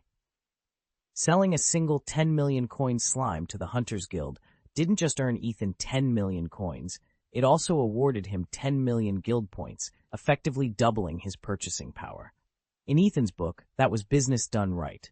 Chapter Text, The Hunters Guild and the Elven Trade. Ethan leaned back and ran the numbers again. Suppose the Hunters Guild actually paid twice the going rate for an elf. Would they end up in the red? In theory, yes. In practice, not a chance. Here's how the guild's scheme really worked. They negotiated purchase contracts at roughly 20% below the standard market price. Sellers didn't balk. On the contrary, most were happy to take the reliable, upfront payout. Once the elves were in guild hands, they organized lavish, invitation-only auctions. Elven nobility, merchant princes, and wealthy patrons from across the realm gathered, each determined to outbid the next. In those heated halls, a single elf routinely fetched 10, even 20 times the guild's acquisition cost. By buying low and selling at or far above the conventional rate, the guild reaped massive profits. They also courted powerful figures with exclusive benefits, private previews, reserved seating, even personal introductions to promising new recruits. Those political and social ties kept the Hunters Guild squarely in the center of power, able to negotiate side by side with both the League and the Rockets. Of course, the guild maintained other safeguards and contingency plans, but their bottom line was bulletproof. No matter how one twisted the numbers, there was simply no way to make the Hunters Guild lose money on the elven trade. Ethan waited until twilight to slip out of his lodgings. He slung on his satchel and checked his list one more time. First stop, the Dry Leaf District's black market.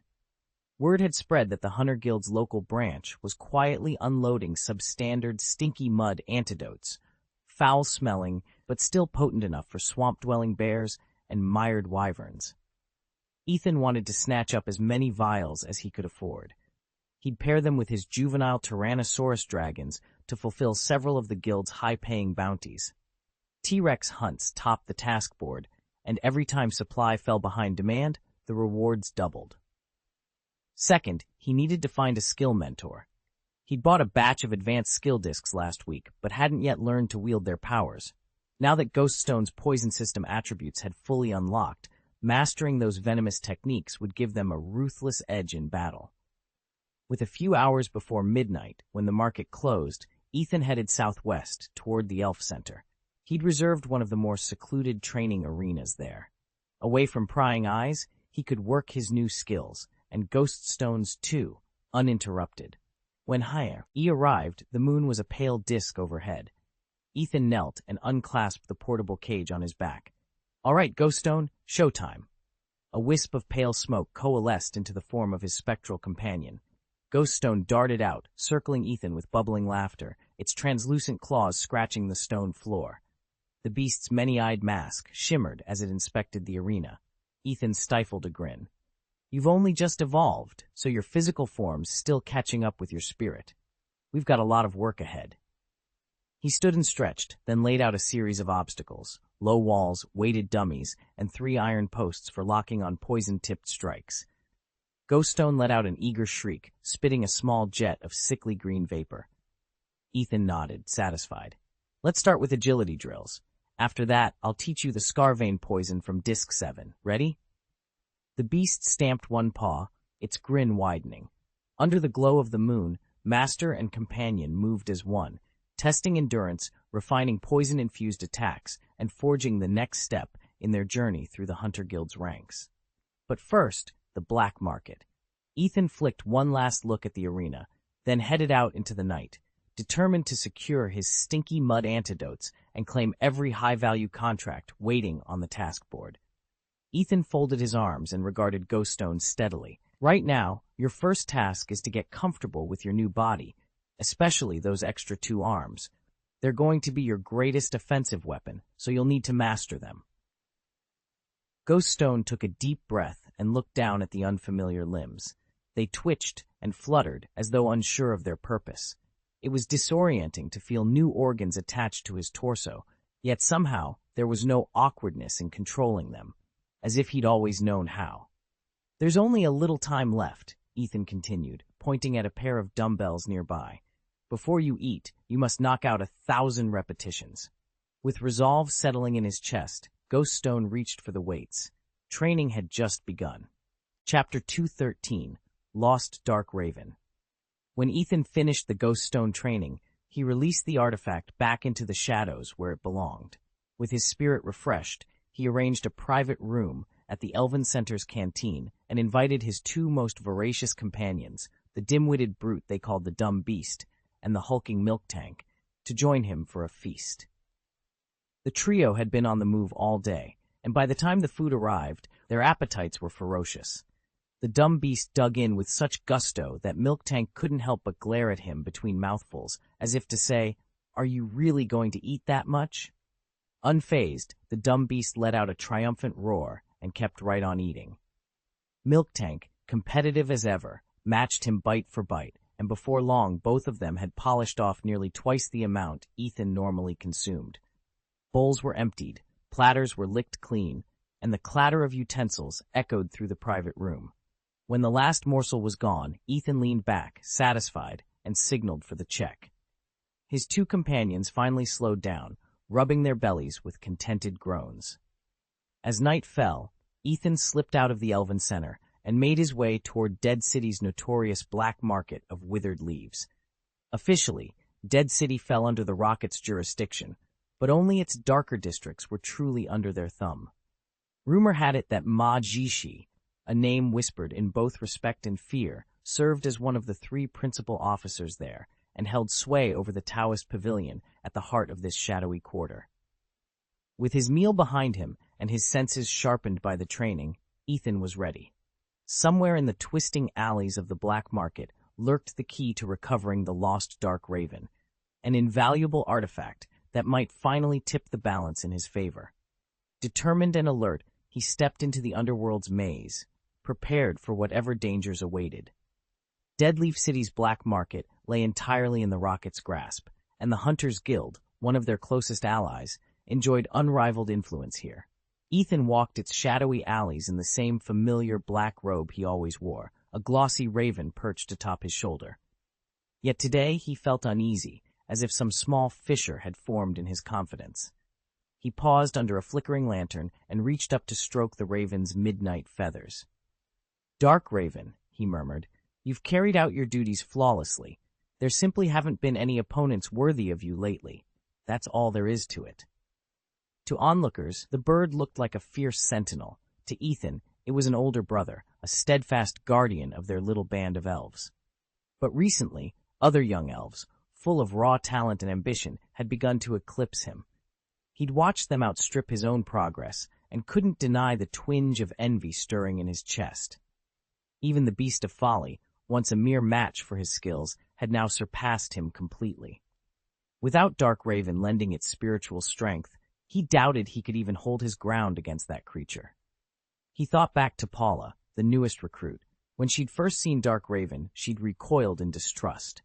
Yet after witnessing the Raven's loyalty and power time and again, she'd opened her heart to it, and in doing so had drawn the Raven closer to the entire team. That bond gave Ethan hope. No matter how strong his rivals became, he still held an irreplaceable place beside his own mighty spirit, and together they would carve out new victories in Deadleaf City's underworld. Ethan stood at the edge of the glimmering pool, his breath catching as he surveyed the assembled team. They were all spirit creatures, after all, beings born of shadow and silence, yet somehow able to communicate this way, across the void. He understood now the philosophy of the Dark Crow: absolute loyalty, total self-sacrifice for the good of the group. He admired that in his Raven companion. Yet he couldn't deny the truth, niggling at the back of his mind. Paula was simply stronger than the Dark Crow. Not long ago, after their battle in the Mole Rat Cavern, the Dark Crow had been promoted to first class and reached level 24. That was no small feat, but it still hadn't closed the gap between him and Paula. In that same cavern, she had mastered 3 formidable ice techniques, and her unspoken bond with Ethan had taken shape almost instantly. All of that was natural. The two of them shared an origin as dumb beasts, creatures once lacking any special powers until they trained together. Paula had always been ahead, even at the beginning. Today, however, everything shifted. Ghost, Ethan's ethereal companion, had evolved into Ghoststone and surged to level 25. In the process, it had acquired the very poison attribute Ethan had been cultivating. Unless some unforeseen miracle occurred, the Dark Crow now had no hope of matching Ghoststone's strength. And yet, when the transformation had completed, the Dark Crow's reaction surprised Ethan. Genuine joy. After all those days spent pestering him and vying for his attention, the little spirit that had once been so small and uncertain had grown powerful enough to eclipse them all. Ethan exhaled, a smile tugging at his lips. In their world of evil spirits and hidden alliances, respect was earned in battle, and tonight every member of his team had proven their worth. The Dark Crow's selfless pride, Paula's icy mastery, and Ghoststone's newfound venomous strength, together they formed an unstoppable force. And Ethan, standing between them, felt both humbled and exhilarated. Their journey was only beginning. Ethan stood at the edge of the training clearing, watching as the newest recruit, a sleek, scorpion-tailed elemental, practiced its strikes. Even Dark Crow, Ethan's black-feathered companion perched on his shoulder, tilted his head to follow the creature's fluid movements. There was no denying it. The scorpion elemental was remarkably gifted. Dark Crow let out a low, rumbling caw. Lately, he'd been unnerved, his own role in Ethan's party feeling increasingly marginal. With every elf bonding ritual Ethan performed, every warrior or mage he recruited, Dark Crow's contributions seemed to matter less. He missed the days when Ethan leaned on him for subtle guidance, when his counsel shaped their battles. Now the elves had all merged their strengths into the team, and Dark Crow feared he'd become surplus to requirements. Ethan noticed the uneasy twitch of Dark Crow's wings and inclined his head. "You've done more than enough, old friend," he said, reaching up to scratch behind the crow's crest. "Your wisdom has kept us alive more times than I can count. No new recruit, no matter how talented, can ever replace you." With a startled "Gah!" Dark Crow fluffed his feathers, then leaned in to nudge Ethan's hand with his beak. It was his way of expressing both relief and gratitude. Deep down, he understood. Strength alone wasn't the only measure of worth. As long as Ethan's bond with his familiars and allies continued to grow, Dark Crow would always hold his place at the heart of the team. No battle plan, no scouting mission, and no bond of magic could ever take that from him. Ethan gently stroked the Dark Crow's head. "Keep building your strength and leave the rest to me," he said with a smile. Among Elven-class familiars, growing stronger meant one thing: following your trainer's plan to the letter. It was the trainer's job to push them beyond their limits, and Ethan intended to do exactly that. On paper, the Dark Crow's starting aptitude lagged behind most elves, but that didn't mean it was doomed. Only Ethan knew how far it could go. So far, the bird had thrown itself into every exercise he'd assigned, often pushing past the prescribed reps and drills. If it ever plateaued, he'd take full responsibility. But a quick glance now showed clear signs of improvement. Muscle fibers thickening along its wings, sharper reflexes in its talons, and a flicker of shadowy light gathering around the small gem embedded in its breast. At Ethan's words, the Dark Crow leaned forward and tapped him affectionately with its beak. Ethan stumbled for a moment but laughed it off. The crow's devotion hadn't wavered. If anything, its pride in the evolving Shadowstone at its core was palpable. Once he'd calmed the excited bird, Ethan strode into the Hunters Guild. His mind raced ahead to the next big step in the Dark Crow's development. He made a beeline for the mission counter, scanning the board until he found a suitable quest. Light green difficulty, party size 6. Perfect for testing his entire squad. He approached the clerk's window, 6 familiars in tow, including the Dark Crow, now clearly more formidable than ever. The guild attendant blinked at the unusual lineup. 6 elven-class creatures, each poised and alert. "They match the mission requirements?" Ethan asked, laying down his request. The clerk hesitated only a moment before grabbing his stamp. "They do. You're approved. Good luck out there." Ethan accepted the stamped mission file with a nod. With this assignment underway, he knew the Dark Crow and his other companions would have their abilities stretched to the limit. Under his guidance, they wouldn't just complete the quest, they'd soar to heights no one expected. Ethan exhaled in relief the moment the pangolin was assigned to a suitable contract. He'd never doubted the market for the 5 elven Tyrannosaurus dragons. These majestic creatures fetched astonishing prices even at yellow-grade certification. When the final bids rolled in, the light green pangolin sold for 300,000 Union coins, while a yellow-grade Tyrannosaurus went for 250,000, only 50,000 less, despite its superior certification.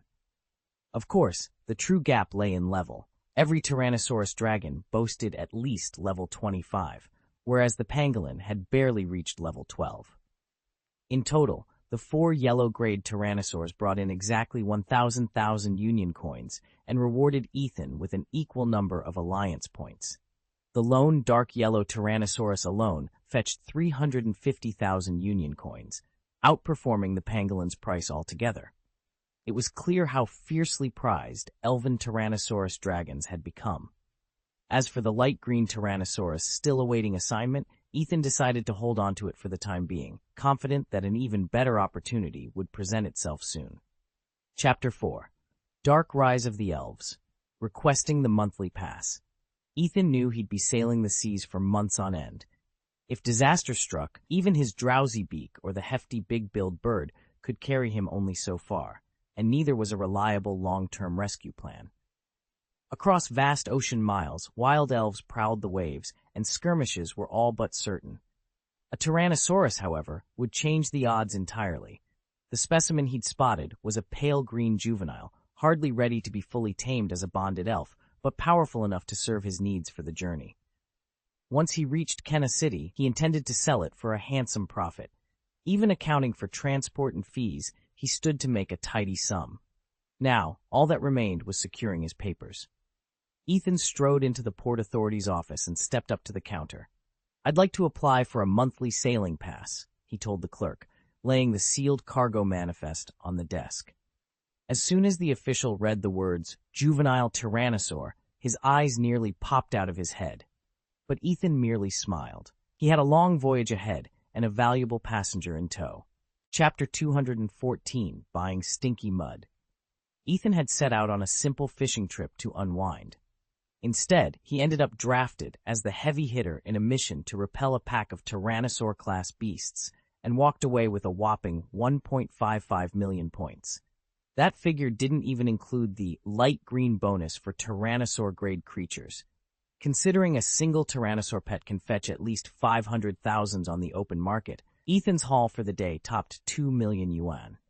In one outing, he went from scraping by to comfortably well off.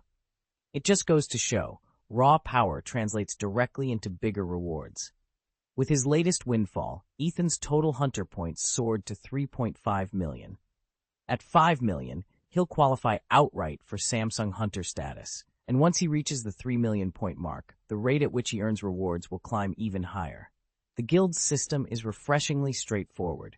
Every point you earn stacks permanently toward your next promotion. No point is ever wasted.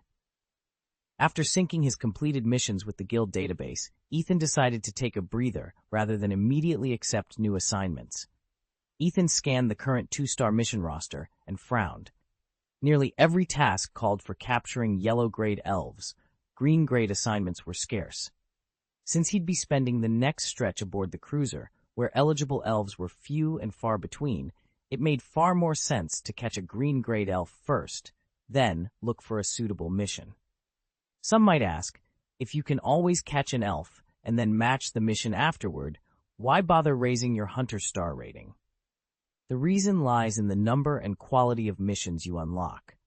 As your hunter star level increases, your mission pool expands, and with it, your chances to match more lucrative targets. For example, both the 2-star and 3-star boards list a Tyrannosaurus dragon capture. On the 3-star board, the requirement is a dark yellow-grade Tyrannosaurus with a reward of 400,000 alliance coins. The 2-star board demands the same dark yellow-grade dragon but only offers 350,000 alliance coins. At 2 stars, you're stuck with the lower payout, 350,000 coins instead of 400,000. That 50,000 coin difference is why every aspiring hunter pushes to raise his star rating as quickly as possible. Ethan studied the Hunter Guild's new Samsung Hunter matching task sheet with growing interest. Compared to the usual bounties, the guild's cut here was noticeably smaller, meaning the hunters themselves would pocket a larger share of the reward. Of course, those percentages were set by whoever posted the task, but every issuer still factors the guild fee into the total payout. Bottom line, the higher your star rating as a hunter, the more gold you bring home. No argument there. In fact, the gap widens significantly with each additional star. A 2-star hunter isn't just earning incrementally more over a 1-star, but proportionally so. And that star rating affects more than just your upfront reward. It also determines what you can claim in the Hunter Guild's Points for Rewards program. Take the light green Tyrannosaurus Drake, for example. A Samsung hunter, regardless of star level, can exchange 600,000 guild points to add 1 to their roster. But a 2-star hunter faces restrictions.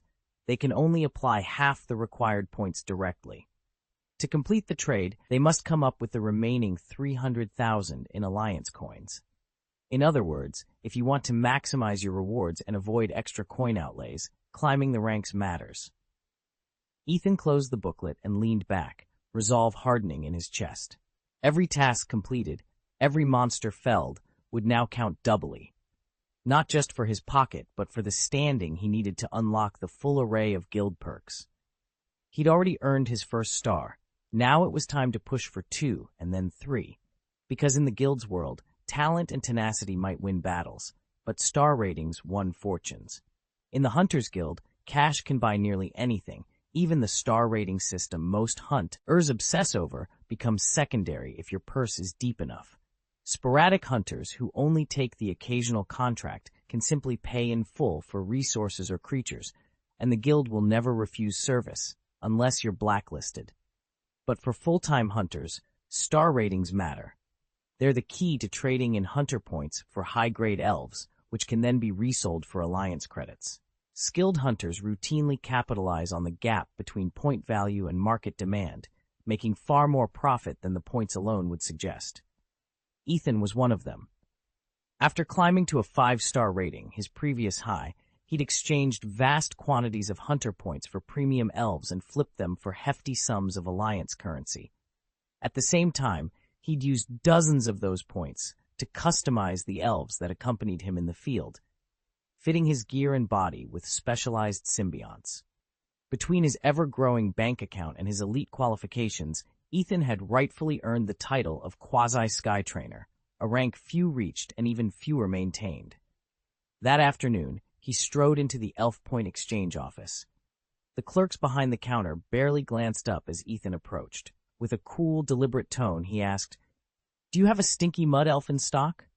Ethan strode up to the counter and announced that he wanted to trade for a stinky sludge. The guild employees exchanged uneasy glances. Sludges were notorious for their foul odor and unpredictable acid spit. Few tamers wanted the constant hassle, and their market value was accordingly low. Sometimes the warehouses had none at all. After all, containing a slime was a nightmare. Even iron cages offered barely adequate security. Still, luck was on Ethan's side. A quick search of the Hunter Guild's database revealed that the city's public warehouses did, in fact, hold 2 stinky sludges, one of light green rank and one of green rank. For such an unpopular species, those were surprisingly high grades. A green rank stinky sludge might fetch a small fortune from the right buyer, while light green was the lowest quality they usually stocked. Ethan couldn't help smiling at his good fortune, and at the thought that he alone seemed willing to handle these reeking beasts. At his request, the staff reluctantly led him down a maze of dimly lit corridors to the creature storage area. The air grew thick and acrid, and before long they reached a line of reinforced cages, each slick with slime. Inside, 2 squirming masses of putrid green ooze awaited their new tamer. Ethan stepped into the trading hall, reminding himself of a basic rule. No matter how impressive your credentials, you always needed to inspect the merchandise, especially if you were carrying a cheat chip like his. Today's offerings were 2 mud slimes, both notorious for their foul stench. If they were both solid specimens, he wouldn't hesitate to buy them together. Doubling his investment meant doubling his profit. As he approached, the booth attendant straightened up. "Whenever you're ready to buy, just enter the slime's ID on the console beside the cage and swipe your card," one of them said, nodding toward the transparent enclosures. Though sealed, small vents at the top allowed that unmistakable rank odor to waft free, and Ethan instinctively pinched his nose. He activated his hack chip and let it scan their profiles. The quality ratings were close. One slime marked green, the other light green, barely a hair's difference from the attendant's own credentials. Details like genetic potential or training aptitude barely registered in Ethan's calculations. All that mattered was whether these 2 slimes would fit his plans, and at those ratings, they looked more than satisfactory. Ethan surveyed the 2 recruits standing in his training bay. He hadn't acquired them to join his personal corps. His sole purpose was to cultivate their qualifications and then sell them at a profit. He tapped the side of his wrist-mounted chip. "Chip, run a promotion analysis on both recruits. I want to know if they've advanced beyond their current rank and whether there's potential for further promotion." The device emitted a soft click as data streamed through. Analysis complete, displaying results. A translucent holoscreen materialized before Ethan, laying out the newcomer's latest stats alongside the baseline readings from his original prototypes. He scrolled through their strength scores, agility ratings, and arcane affinities, comparing growth curves and skill point allocations. The two latest trainees, nicknamed the Stinkers for their rough demeanor, had made respectable progress but hadn't quite reached the next tier. Chanel's form mastery had climbed by 8%, while Roland's elemental control had edged up 5%. Cross-referencing with the first pair, Ethan noted that both recruits now qualified for Tier B certification and were closing in on Tier A. He tapped his chin thoughtfully. They're not ready for S rank yet, but their pace is steady. With another week of targeted drills, they should crack Tier A. That'll make them marketable enough to turn a solid profit. Dismissing the hollow screen, he made a quick log entry, maintain current regimen, introduce advanced challenge scenarios to accelerate skill focus, reevaluate in 5 days. With his orders sent, Ethan leaned back in his chair, already planning his next batch of recruits and the returns they'd bring. Chapter 215, Learning New Skills. Ethan stared at the chip's readout, watching the progress bars inch forward. Neither the light green nor the deeper green strains of odorous mud had yet reached their qualification thresholds. In theory, he knew that. With ample resources, he could push them all the way to cyan qualification, and the process should take only a fraction of the time it took him to raise his yellow-grade mud that far. But the chip's predictive model didn't lie. Ethan scrolled through the forecasted timelines and felt his heart sink. Although it had taken only 3 days to evolve his yellow-grade mud into dark yellow and then 5 more days to ramp it up to light green, the next steps were far more grueling. According to the chip's calculations, coaxing a light green patch of stinky mud up to full green qualification would require some 15 days, even with an unlimited energy supply. And for the green-grade mud, the chip couldn't yet generate any reliable estimate. Ethan leaned back and rubbed his temples. He'd hoped each successive upgrade would accelerate, but the data suggested the opposite. The closer the mud got to true qualification, the more stubborn and resource-hungry it became. Now he had to decide whether to pour in days of effort and risk draining his reserves, or hold off, gather more materials, and rethink his strategy entirely. Either way, whatever he chose, there were no shortcuts left. Ethan checked the terminal's readout and allowed himself a small smile. Compared to the months, or even years, it would take to nurture a wild beast, these off-the-shelf elementals were a bargain. If he upgraded dark yellow-grade stink slime to light green, he'd still face a month-long grind before the next promotion. Given their cultivation potential, he didn't hesitate.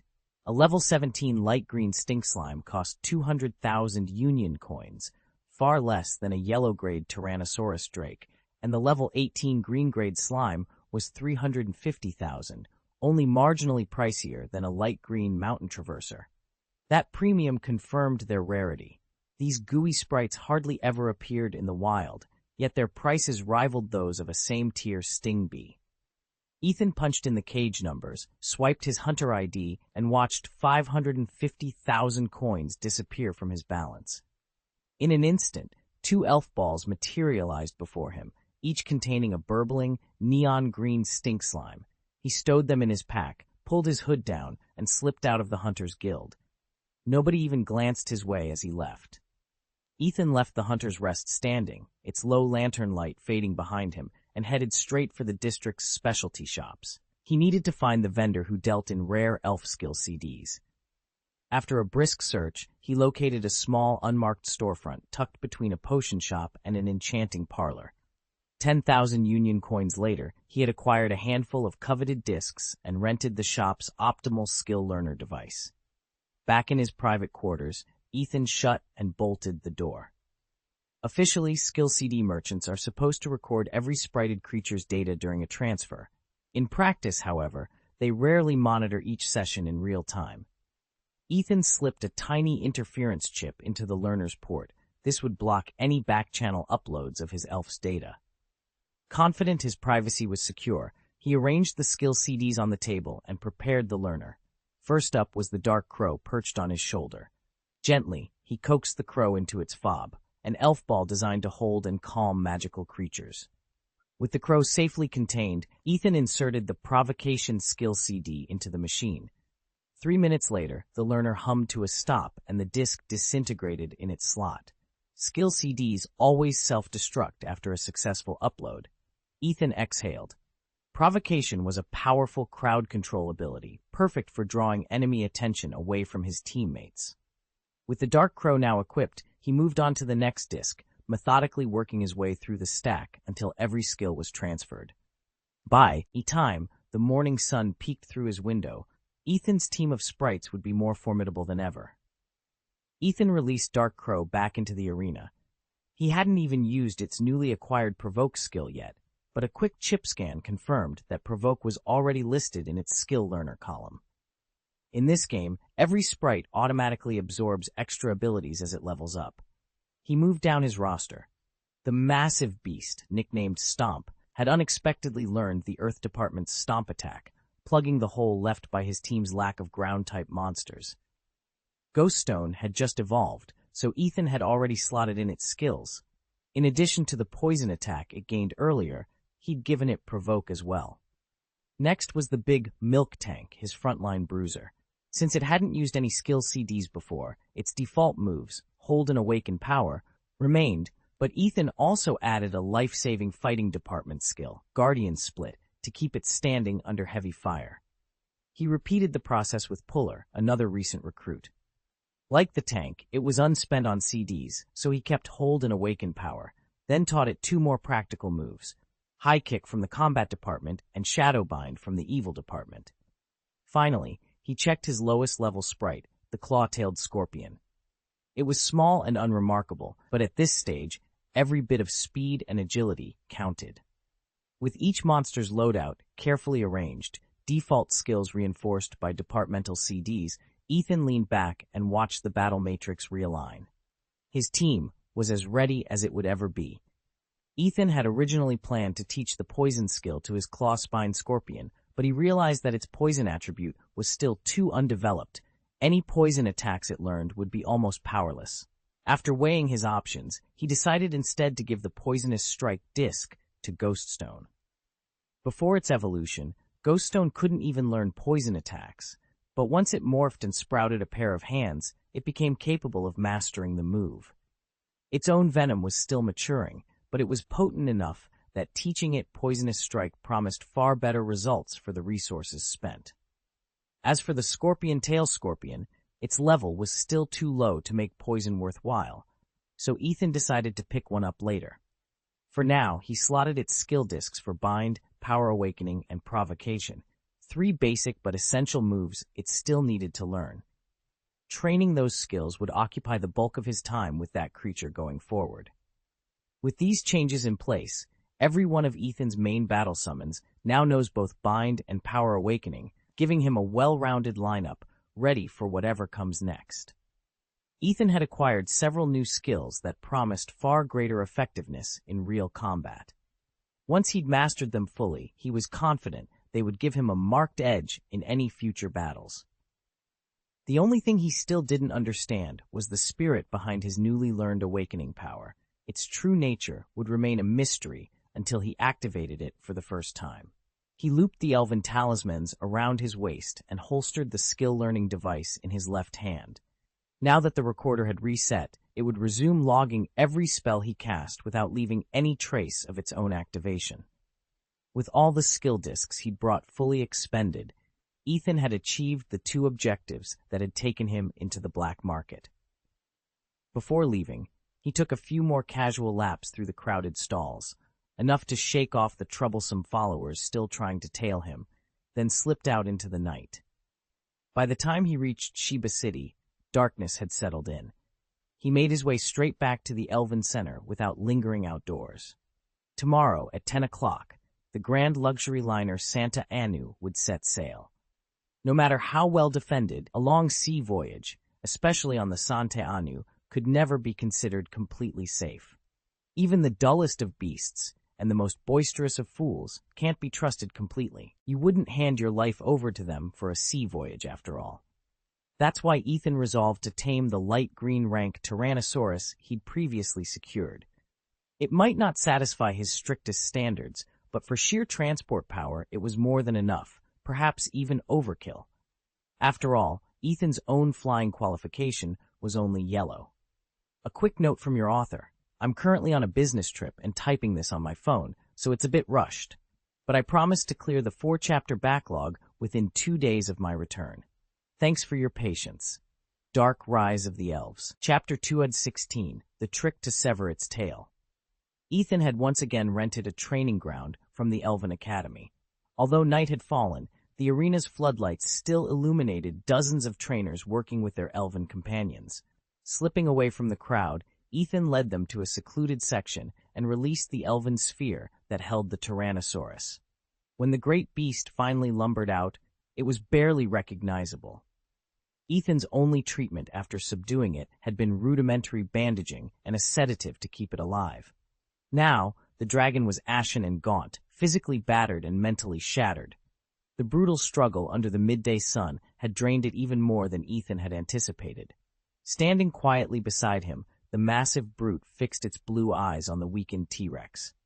Curious flickers of light danced in its gaze, betraying the surge of supernatural energy within. From the shadows at Ethan's back, Ghoststone slipped forward. His triangular eyes narrowed as they studied the wounded dinosaur, the corners twitching in anticipation of what was to come. Even wounded and mentally fractured, a Tyrannosaurus Rex remains a Tyrannosaurus Rex. Scars pocked his massive hide, and his mind wavered on the brink of madness, yet his intelligence was undiminished.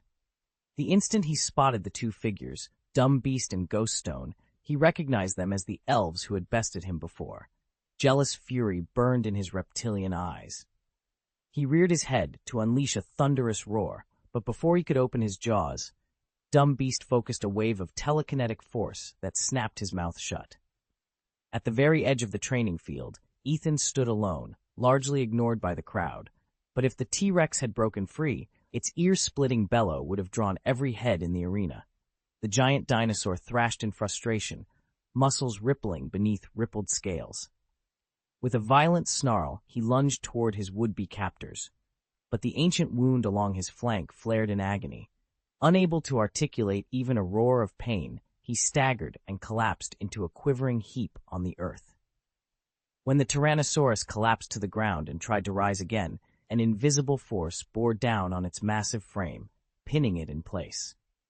Ghoststone, swap abilities. Let him know the true meaning of intimidation, Ethan ordered, his tone colder than steel. He had learned long ago that creatures like the Tyrannosaurus were nearly impossible to tame. Their raw power and ferocious tempers drove most trainers away. Even after being defeated, they often turned violent again when called into battle, bucking their riders and wreaking havoc. The only way to bend such a headstrong spirit was to break its will completely, press it down until fear took hold. Since intimidation was the Tyrannosaurus's defining trait, Ethan activated the Ghoststone's exchange power. In an instant, the dinosaur's ability to intimidate vanished, replaced by the power of levitation. The Ghoststone, in turn, absorbed the aura of menace that had once belonged to the beast. Pinned and powerless, the Tyrannosaurus thrashed in midair, finally tasting the dread it had once inspired in others. And for the first time, it understood what it was to be afraid. From the T-Rex's point of view, Ghoststone looked far more menacing than usual. Ugly, yes, but now terrifying. In their last encounter, Ghoststone had beaten the great predator soundly, and that memory bolstered its threat aura. The dinosaur lay flat on the ground, its once ferocious thrashing reduced to tiny, frightened movements. Fear glimmered in its eyes. Ethan strode forward at a leisurely pace, Ghoststone and the lumbering dumb beast trailing obediently at his side. Even with its body splayed out, the T-Rex's skull was colossal compared to Ethan's, and yet its highest point barely reached his waist. Ethan looked down at the fallen giant with a cold, unreadable stare. No pity, no triumph, nothing but ice. The T-Rex's gaze jerked from Ghoststone to Ethan's impassive face. Those great eyes, still wary of Ghoststone's power, now fixed on this human with a sharper suspicion. But Ethan didn't glare back, didn't flex a fist or bare his teeth. He simply regarded the dinosaur as one might inspect a broken statue, inert, useless, unworthy of even a second thought. The absolute lack of interest struck deeper than any roar, chilling the beast to its very bones. In his previous life, Ethan had treated elves as nothing more than tools, powerful assets to be wielded until they broke or failed to keep pace. Any elf that faltered was simply replaced, and he never allowed himself to grow attached. That cold pragmatism bred resentment, and in the end, the elves revolted, refusing to serve him any longer. This time, though, Ethan vowed to do things differently.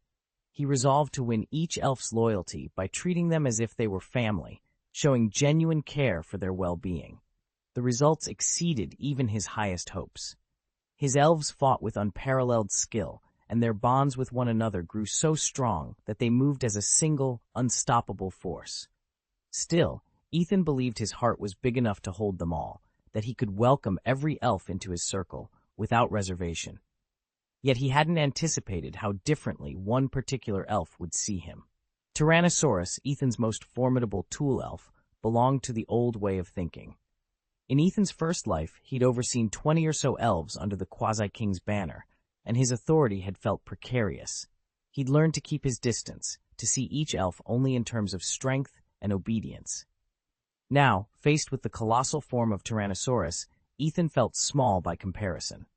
But to the great beast itself, Ethan towered higher than any command structure he had ever known, and in its eyes, he still seemed to grow taller every day.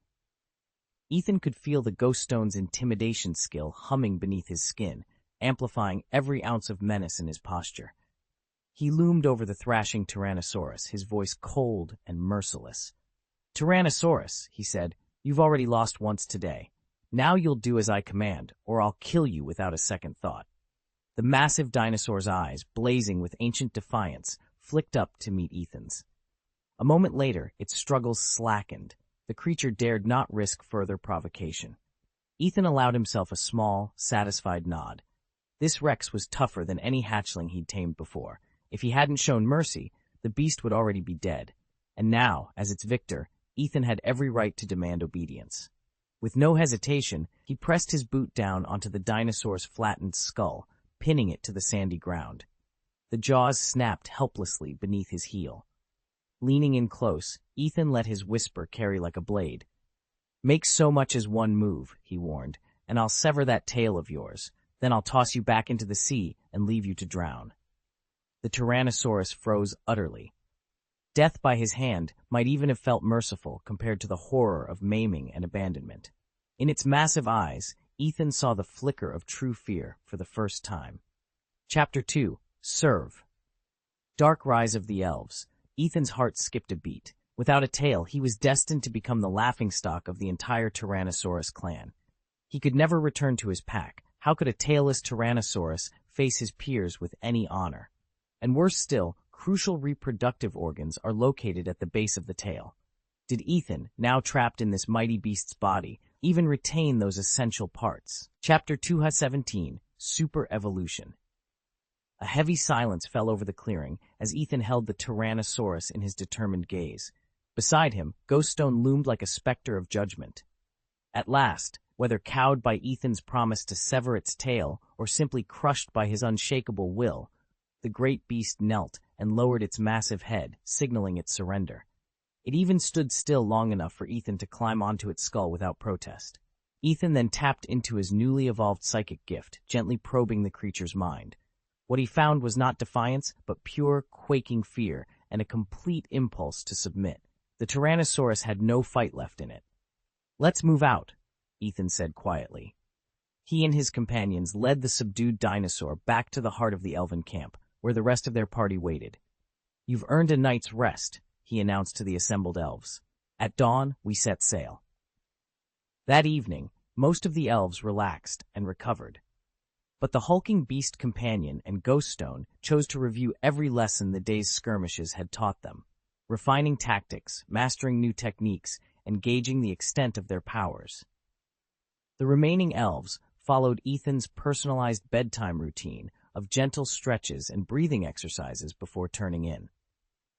At first light, after a brisk set of morning drills and a hurried breakfast, Ethan and his loyal beast slipped away from the camp. They made their way down the winding trail toward Deadleaf Port, ready to embark on the voyage that awaited them. Though boarding officially began at 7 that morning, it was already 10 o'clock when Ethan finally stepped onto the Sante Anu. The gangway teemed with passengers, each wrestling heavy luggage and hunting for their cabins, a slow, chaotic process. Ethan, however, held a ticket for one of the vessel's luxury suites. Word of his status spread quickly, and even without a single large trunk to his name, a pair of attentive receptionists greeted him at the entrance and escorted him to his quarters with impeccable courtesy. After exchanging polite bows, they withdrew, leaving him alone to survey his temporary domain. He found himself in a suite nearly 300 square meters in size. The front half comprised a grand bedroom and a richly furnished living area, while the rear opened into an indoor training hall. Its floor and walls were forged from a special alloy capable of absorbing nearly any blow, enough to withstand all but the most devastating attacks. Ethan smiled to himself. It was unlikely anyone aboard would risk unleashing such power in these confined quarters. With a leisurely step, he began to explore every corner of his new suite, and already imagining how he might put the vast training space to use. Ethan stepped into the training chamber aboard the Santa Anu and immediately took in its reinforced floors and thick alloy walls. This wasn't an ordinary sparring arena. It featured an intelligent stress detection system tied into the ship's hull integrity controls. The moment his elves' combined attacks pushed the structure to 70% of its endurance threshold, a warning light would flare red and cut off any further power boost. Even if the field itself gave way, secondary hull buffers would prevent a catastrophic hull breach. But those safeguards came at a steep cost. Any damage compensation would be ruinously expensive for most. He paced the length of the room, glazing over every fixture and panel. The rental fee was admittedly high, yet Ethan judged it fair for a space that balanced maximum training potential with top-tier safety measures. Ghoststone, his spectral familiar, floated ahead, slipping through walls as it ran routine scans for hidden flaws or tampering. On a luxury liner like the Santa Anu, reputation was everything. No operator could guarantee absolute perfection, so Ethan preferred to remain cautious. After a final sweep, Ghoststone reappeared beside him, its misty form coalescing into a solid shape. "All systems are secure," it intoned in a soft, echoing whisper. Then nodded. "Good. Let's begin." He raised his hand, and in response, a dozen elven warriors materialized into the chamber. Their armor gleamed under the bright lights, weapons at the ready, and eyes fixed on their master. Disciplined and poised, they formed a perfect line. Ethan took a deep breath. This was where their true training would start. Ethan would never let the stink mud or a full-grown Tyrannosaurus roam around his living room. The moment that foul-smelling sludge slithered in, the place would become uninhabitable. And although a T-Rex's bulk could be squeezed in if it lay perfectly flat, it still wouldn't be welcome. Besides, neither of them actually counted as his elves. They were merely convenient tools, not true combat partners. He eased himself down onto the plush sofa, letting its cushions wrap around him. From this vantage point, he could watch his 6 main battle elves at play, and couldn't help but smile in relaxation.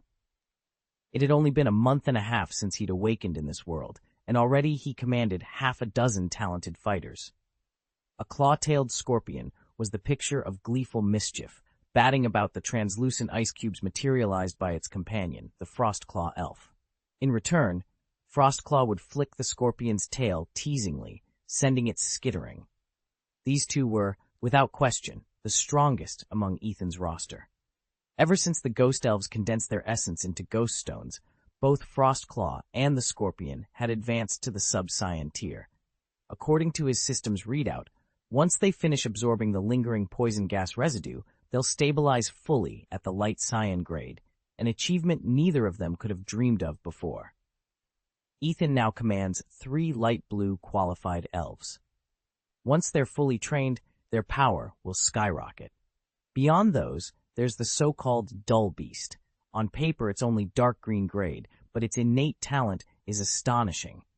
Ethan still remembers how Nazi tried to seize it, claiming that Ethan couldn't fully unlock the creature's potential, but he could. That alone proves the dull beast's gift runs far deeper than it seems. Ethan hasn't yet discovered the key to liberate its true power. Otherwise, even a superpowered scholar like Nazi couldn't wrest it away. Of course, Nazi's interest is more academic than martial. He wants to study the creature, not field it in battle. but that only highlights how extraordinary the dull beast really is. Ethan's third charge is the Dark Crow. It's only green grade, 1 rank below the dull beast, but unlike in his past life, he won't cast it aside. Qualifications aren't fixed. With the right materials, any elf can advance. To evolve the Dark Crow into its crow-headed form, all he needs to find is a single dark stone. Once he does, who knows how far its power will soar. Ethan's plan was straightforward. Acquire the finest dark stones to trigger his Pokémon super evolution. He was confident that, in terms of skill and lineage, he'd never be outmatched by any other elf. True, top-quality dark stones, and especially the very best, were notoriously scarce, but they did exist. His first lead was Dago, the young master of Devon trading. Ethan intended to offer him help in sourcing rare dark stones in exchange for access to Dago's own collection. In the German alliance, and certainly within a prestigious outfit like Devon, it was essential to show proper courtesy to nobility. Dago was far more than the unassuming trainer Ethan had once imagined. Beyond his aristocratic standing, Dago was an avid gem collector. Perhaps within his private trove lay the exact dark stones Ethan needed. If so, Ethan was certain he could secure them. After all, his elven heritage and deep knowledge of arcane lore gave him a unique advantage, and so far, no major power, not even the Alliance, had cracked the secret of super evolution. At best, rumors whispered through select circles, but nobody possessed concrete details. With just a sliver of inside information, Ethan believed he could strike a deal with Dago. And, really, if colossal golden titans themselves were capable of super evolution, what chance did a single young master have to resist his proposition? But if the situation were different, Ethan still wouldn't agree to that deal. At least not until he'd collected a few super evolution stones of his own. He was 3 stones short. Come on, just let me have the monthly pass. Understood. Please go ahead and share the text of the next chapter, e.g. chapter 219, and I'll transform it into a polished, idiomatic English version with Ethan as your male protagonist. Chapter 219, The Duel. Ethan stepped back into his cabin after spending time on deck. No matter how stunning the sea view was, the salt-laden breeze always left his mouth parched. He reached for one of the complimentary mineral water bottles, twisted off the cap, and took a long, refreshing drink. He had just set the bottle down when a gentle knock sounded at the door. A slender teenager, no more than 17 or 18, with dark hair and delicate features peeked inside. Gold-rimmed glasses perched on his nose, giving him an air of quiet refinement. With a courteous smile, he stepped into the room and adjusted his glasses. "Hello," the boy said, voice calm and confident. "I'm Takuya Amara, also a trainer. Would you be interested in an elf duel?" Ethan froze. Since awakening in this world, no one had ever challenged him to a match against an elf. Takuya's polished manners and the subtle embroidery on his tunic spoke of noble birth, likely a scion of one of the minor elven houses. In elven society, family lineage was paramount, and trainers were almost always drawn from the nobility. While some upstart clans prided themselves on their civilian-trained champions, they never forgot their own aristocratic origins. This invitation was more than polite chit-chat. It was a formal challenge. Ethan took a steadying breath and met Takuya's gaze. "I'd be honored," he replied. Ethan surveyed the gathering with cool detachment. Among these venerable, power-wielding families, cultivation ranks ran high. Yet even if some here were only civilian trainers, no one dared look down on them. After all, it wasn't right to pick on the young. His gaze drifted to 2 sharply dressed youths in tuxedos just behind the man who'd approached him. They leaned in, whispering and nodding toward Ethan and the bespectacled boy at his side, smirking as if watching a spectacle. "Sorry, I'm not interested," Ethan said lightly, taking another sip of mineral water. Without waiting for a reaction, he turned on his heel and walked off. He wasn't here to entertain half-trained amateurs. The man who'd expected an easy skirmish stood frozen. In his eyes, besting a civilian trainer was a foregone conclusion. Surely they'd oblige him. As Ethan passed, the 2 tuxedoed onlookers' laughter died on their lips. Their smug grins melted into awkward, forced smiles. Ethan glanced back just once, thought privileged brats, and then disappeared into the crowd. Ethan stood with a self-satisfied grin. With his roster of powerful elves and a steady supply of resources at his command, he felt invincible. Takuya, stung by Ethan's curt refusal, lunged forward and caught the edge of his jacket. "Wait a second," he snapped. "Challenge me to an elf duel. Win or lose, you'll come out ahead." At Takuya's shout, the slender figure of Sven the elf flickered into view, then vanished as suddenly as it had appeared. The commotion drew curious onlookers, and within moments, a small crowd had gathered around them. Ethan shrugged off Takuya's grip, turned to face him with cool confidence, and said, "All right, if I win, I get the Jet Flame skill disc." A hush fell over the onlookers. The Jet Flame skill disc wasn't a trinket.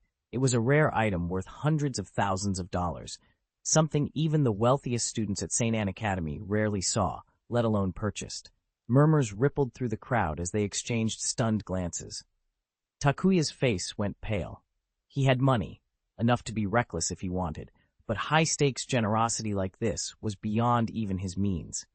Despite the odds, he couldn't bring himself to back down. He released Ethan's jacket, squared his shoulders, and met that unwavering gaze. This duel was on, and everyone was eager to see who would walk away with the prize. Ethan had only intended to show off the elf he'd just acquired to his two friends. He knew how impressed they'd be. After all, he'd paid a small fortune for her. What he hadn't expected was to be hounded by Marcus, the so-called family trainer, who insisted on a match straight away. From the moment Marcus first approached him, Ethan had refused. He'd already beaten a civilian trainer earlier, and Marcus, proud of his lineage, didn't want to be outdone by someone outside the official academy ranks. Ethan could almost hear the snickering. Rejected by a civilian trainer. What a disgrace! Marcus's face turned red, obviously imagining the weeks of mockery he'd endure if he walked away now. So Marcus sprinted over. "Come on, Ethan," he begged, voice strained. "I'll reward you handsomely, win or lose. 10,000 union coins up front, and I'll throw in rare skill, orbs, as a consolation." He paused to catch his breath. "You'll be rolling in loot." Ethan raised an eyebrow. Marcus was offering tens of thousands of union coins. Most people would never see that kind of cash in a lifetime. But Ethan wasn't interested in flaunting wealth or letting Marcus save face. He shook his head. "No thanks," he said, turning to his elf as if Marcus weren't even there. That's when Marcus tried to twist his arm. "At least let me sweeten the pot," he pressed. "If I lose, you get my exclusive Flame Mastery Skill CD, level 3. It's worth what, 800,000? 900,000? Ethan stopped. He turned back, the faintest smile on his lips. "You actually own a Flame Skill CD?" he asked coolly. Marcus flushed. "My father, yes, but it's not for sale." Ethan glanced around. A small crowd had gathered, drawn by Marcus's earlier boasts and the sudden tension. He tucked a strand of dark hair behind his ear, then reached into his pack and produced a glowing hollow disc stamped with the Flame Mastery emblem. Gasps rippled through the onlookers. Marcus gaped. How did you?" Ethan's eyes glittered. "You offered. Now are we battling, or not?"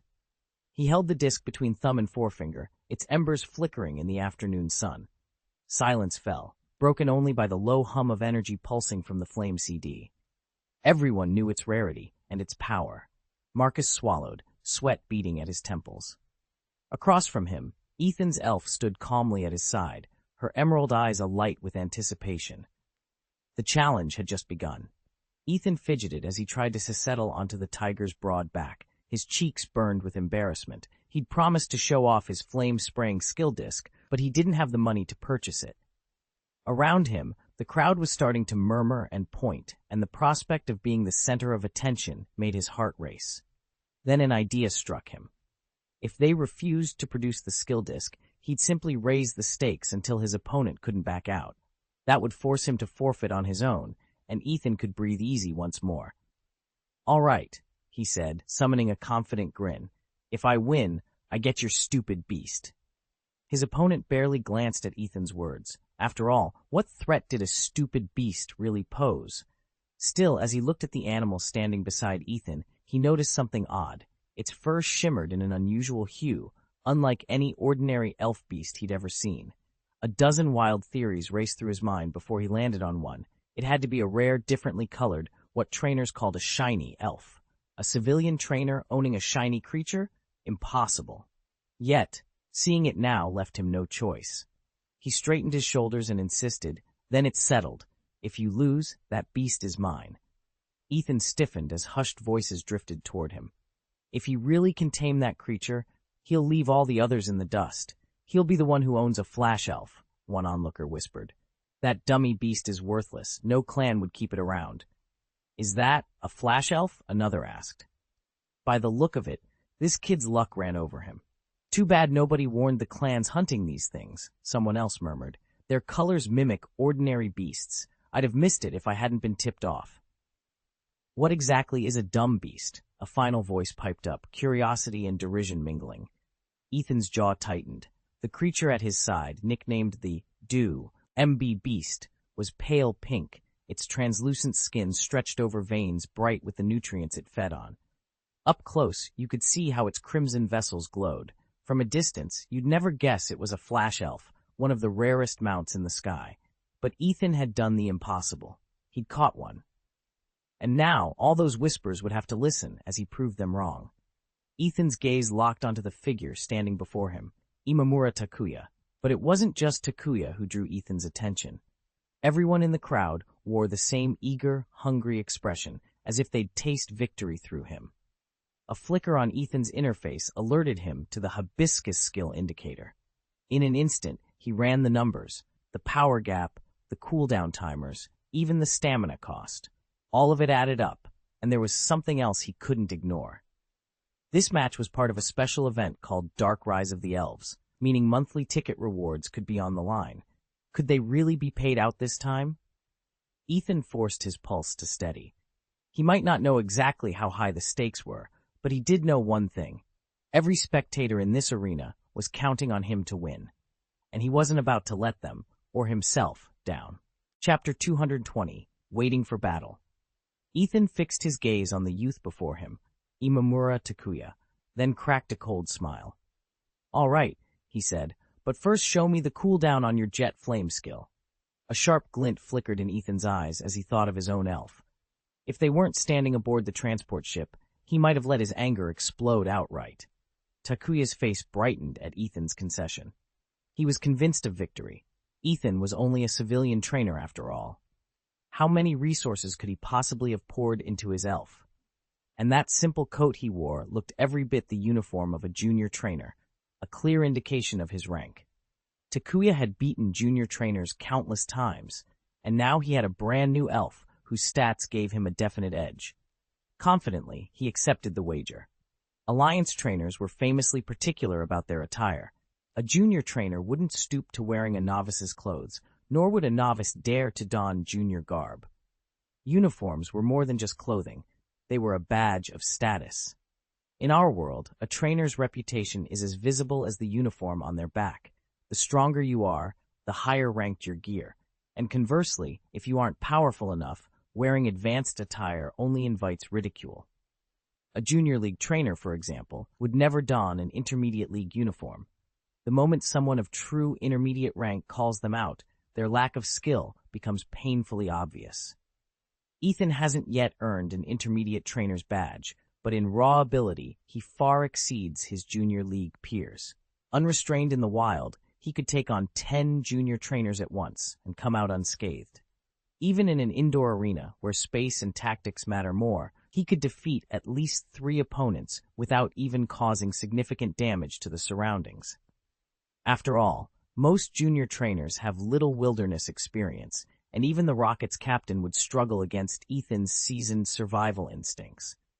So why does he still wear a junior league uniform? Simple. It's convenient, and there's no shame in keeping a low profile when it suits you. The chance of being stopped by the police on the street was nearly zero. Ethan's friend, Imamura Takuya, still hadn't unleashed his fire skill CD, and a flicker of anxiety crossed his face. He knew this might be their only opportunity to capture the elusive Flash spirit, and if they botched it, he'd never forgive himself. Takuya swept his gaze across the crowded quay, searching for Ethan and their other companion. At last, he spotted them huddled in a shadowy corner. "Hold on a second," he said, weaving through the milling throng to usher Ethan and their friend aside. They pressed against a low stone wall, hidden just enough to plan their next move. That's when an old man in faded, yellow-tinged robes drifted into view. His hair was paper white, his spectacles so thick they made his eyes look magnified. He leaned toward Ethan and spoke in a hushed tone. "Kid, you don't belong here. Even if those others can breathe fire, they're nothing compared to the worth of your elf bloodline, and they're practically family. You'd be wiser to slip back to your cabin and lie low until the ship docks." His voice was soft, but Ethan felt its quiet force pressing in, as if the man had deliberately lowered his tone to keep prying ears at bay. The old man paused, then added with a sly smile, "I'd say your little protege has been trained remarkably well." Ethan hesitated, then reluctantly relented. "All right, old man, I'll get the advanced cubes, and whatever else these creatures need. Better to have too much than to run out." The old man's lips curled into a knowing smile. Ethan froze. How had this stranger seen through his civilian disguise so quickly? In this district, even intermediate energy cubes were a luxury, much less advanced ones. And yet the old man had noticed not only the grade of the cubes, but also the auxiliary nutrient canisters hooked up to the feeders. Ethan forced a casual shrug. "I've been experimenting, trying higher grade feeds to speed up their development." The old man's keen gaze didn't waver. "You're not exactly skimping, are you? Most novice handlers wouldn't spring for advanced cubes, let alone supplementary nutrients." He clapped Ethan on the shoulder. "Tell me, lad, are you a specialist in beast husbandry, or do I have to assume you're secretly a researcher?" Caught off guard, Ethan managed a wry smile. "Nothing that grand. I just can't afford to fall behind.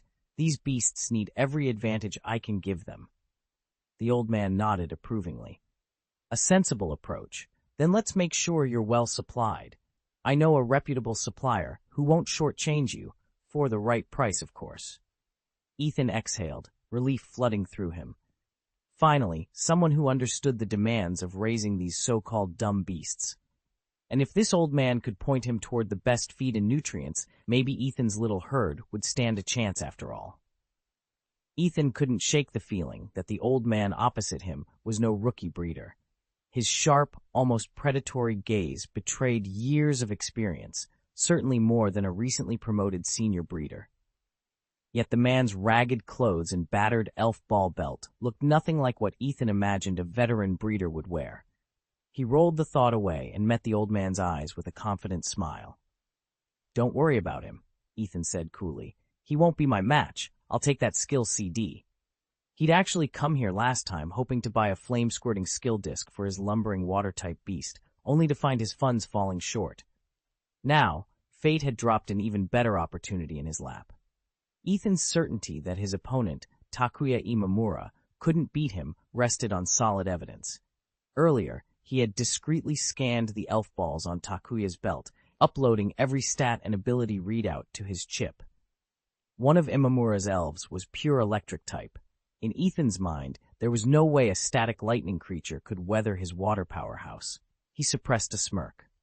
True, water types packed a punch when properly trained, but Ethan had anticipated this moment and made all the right preparations.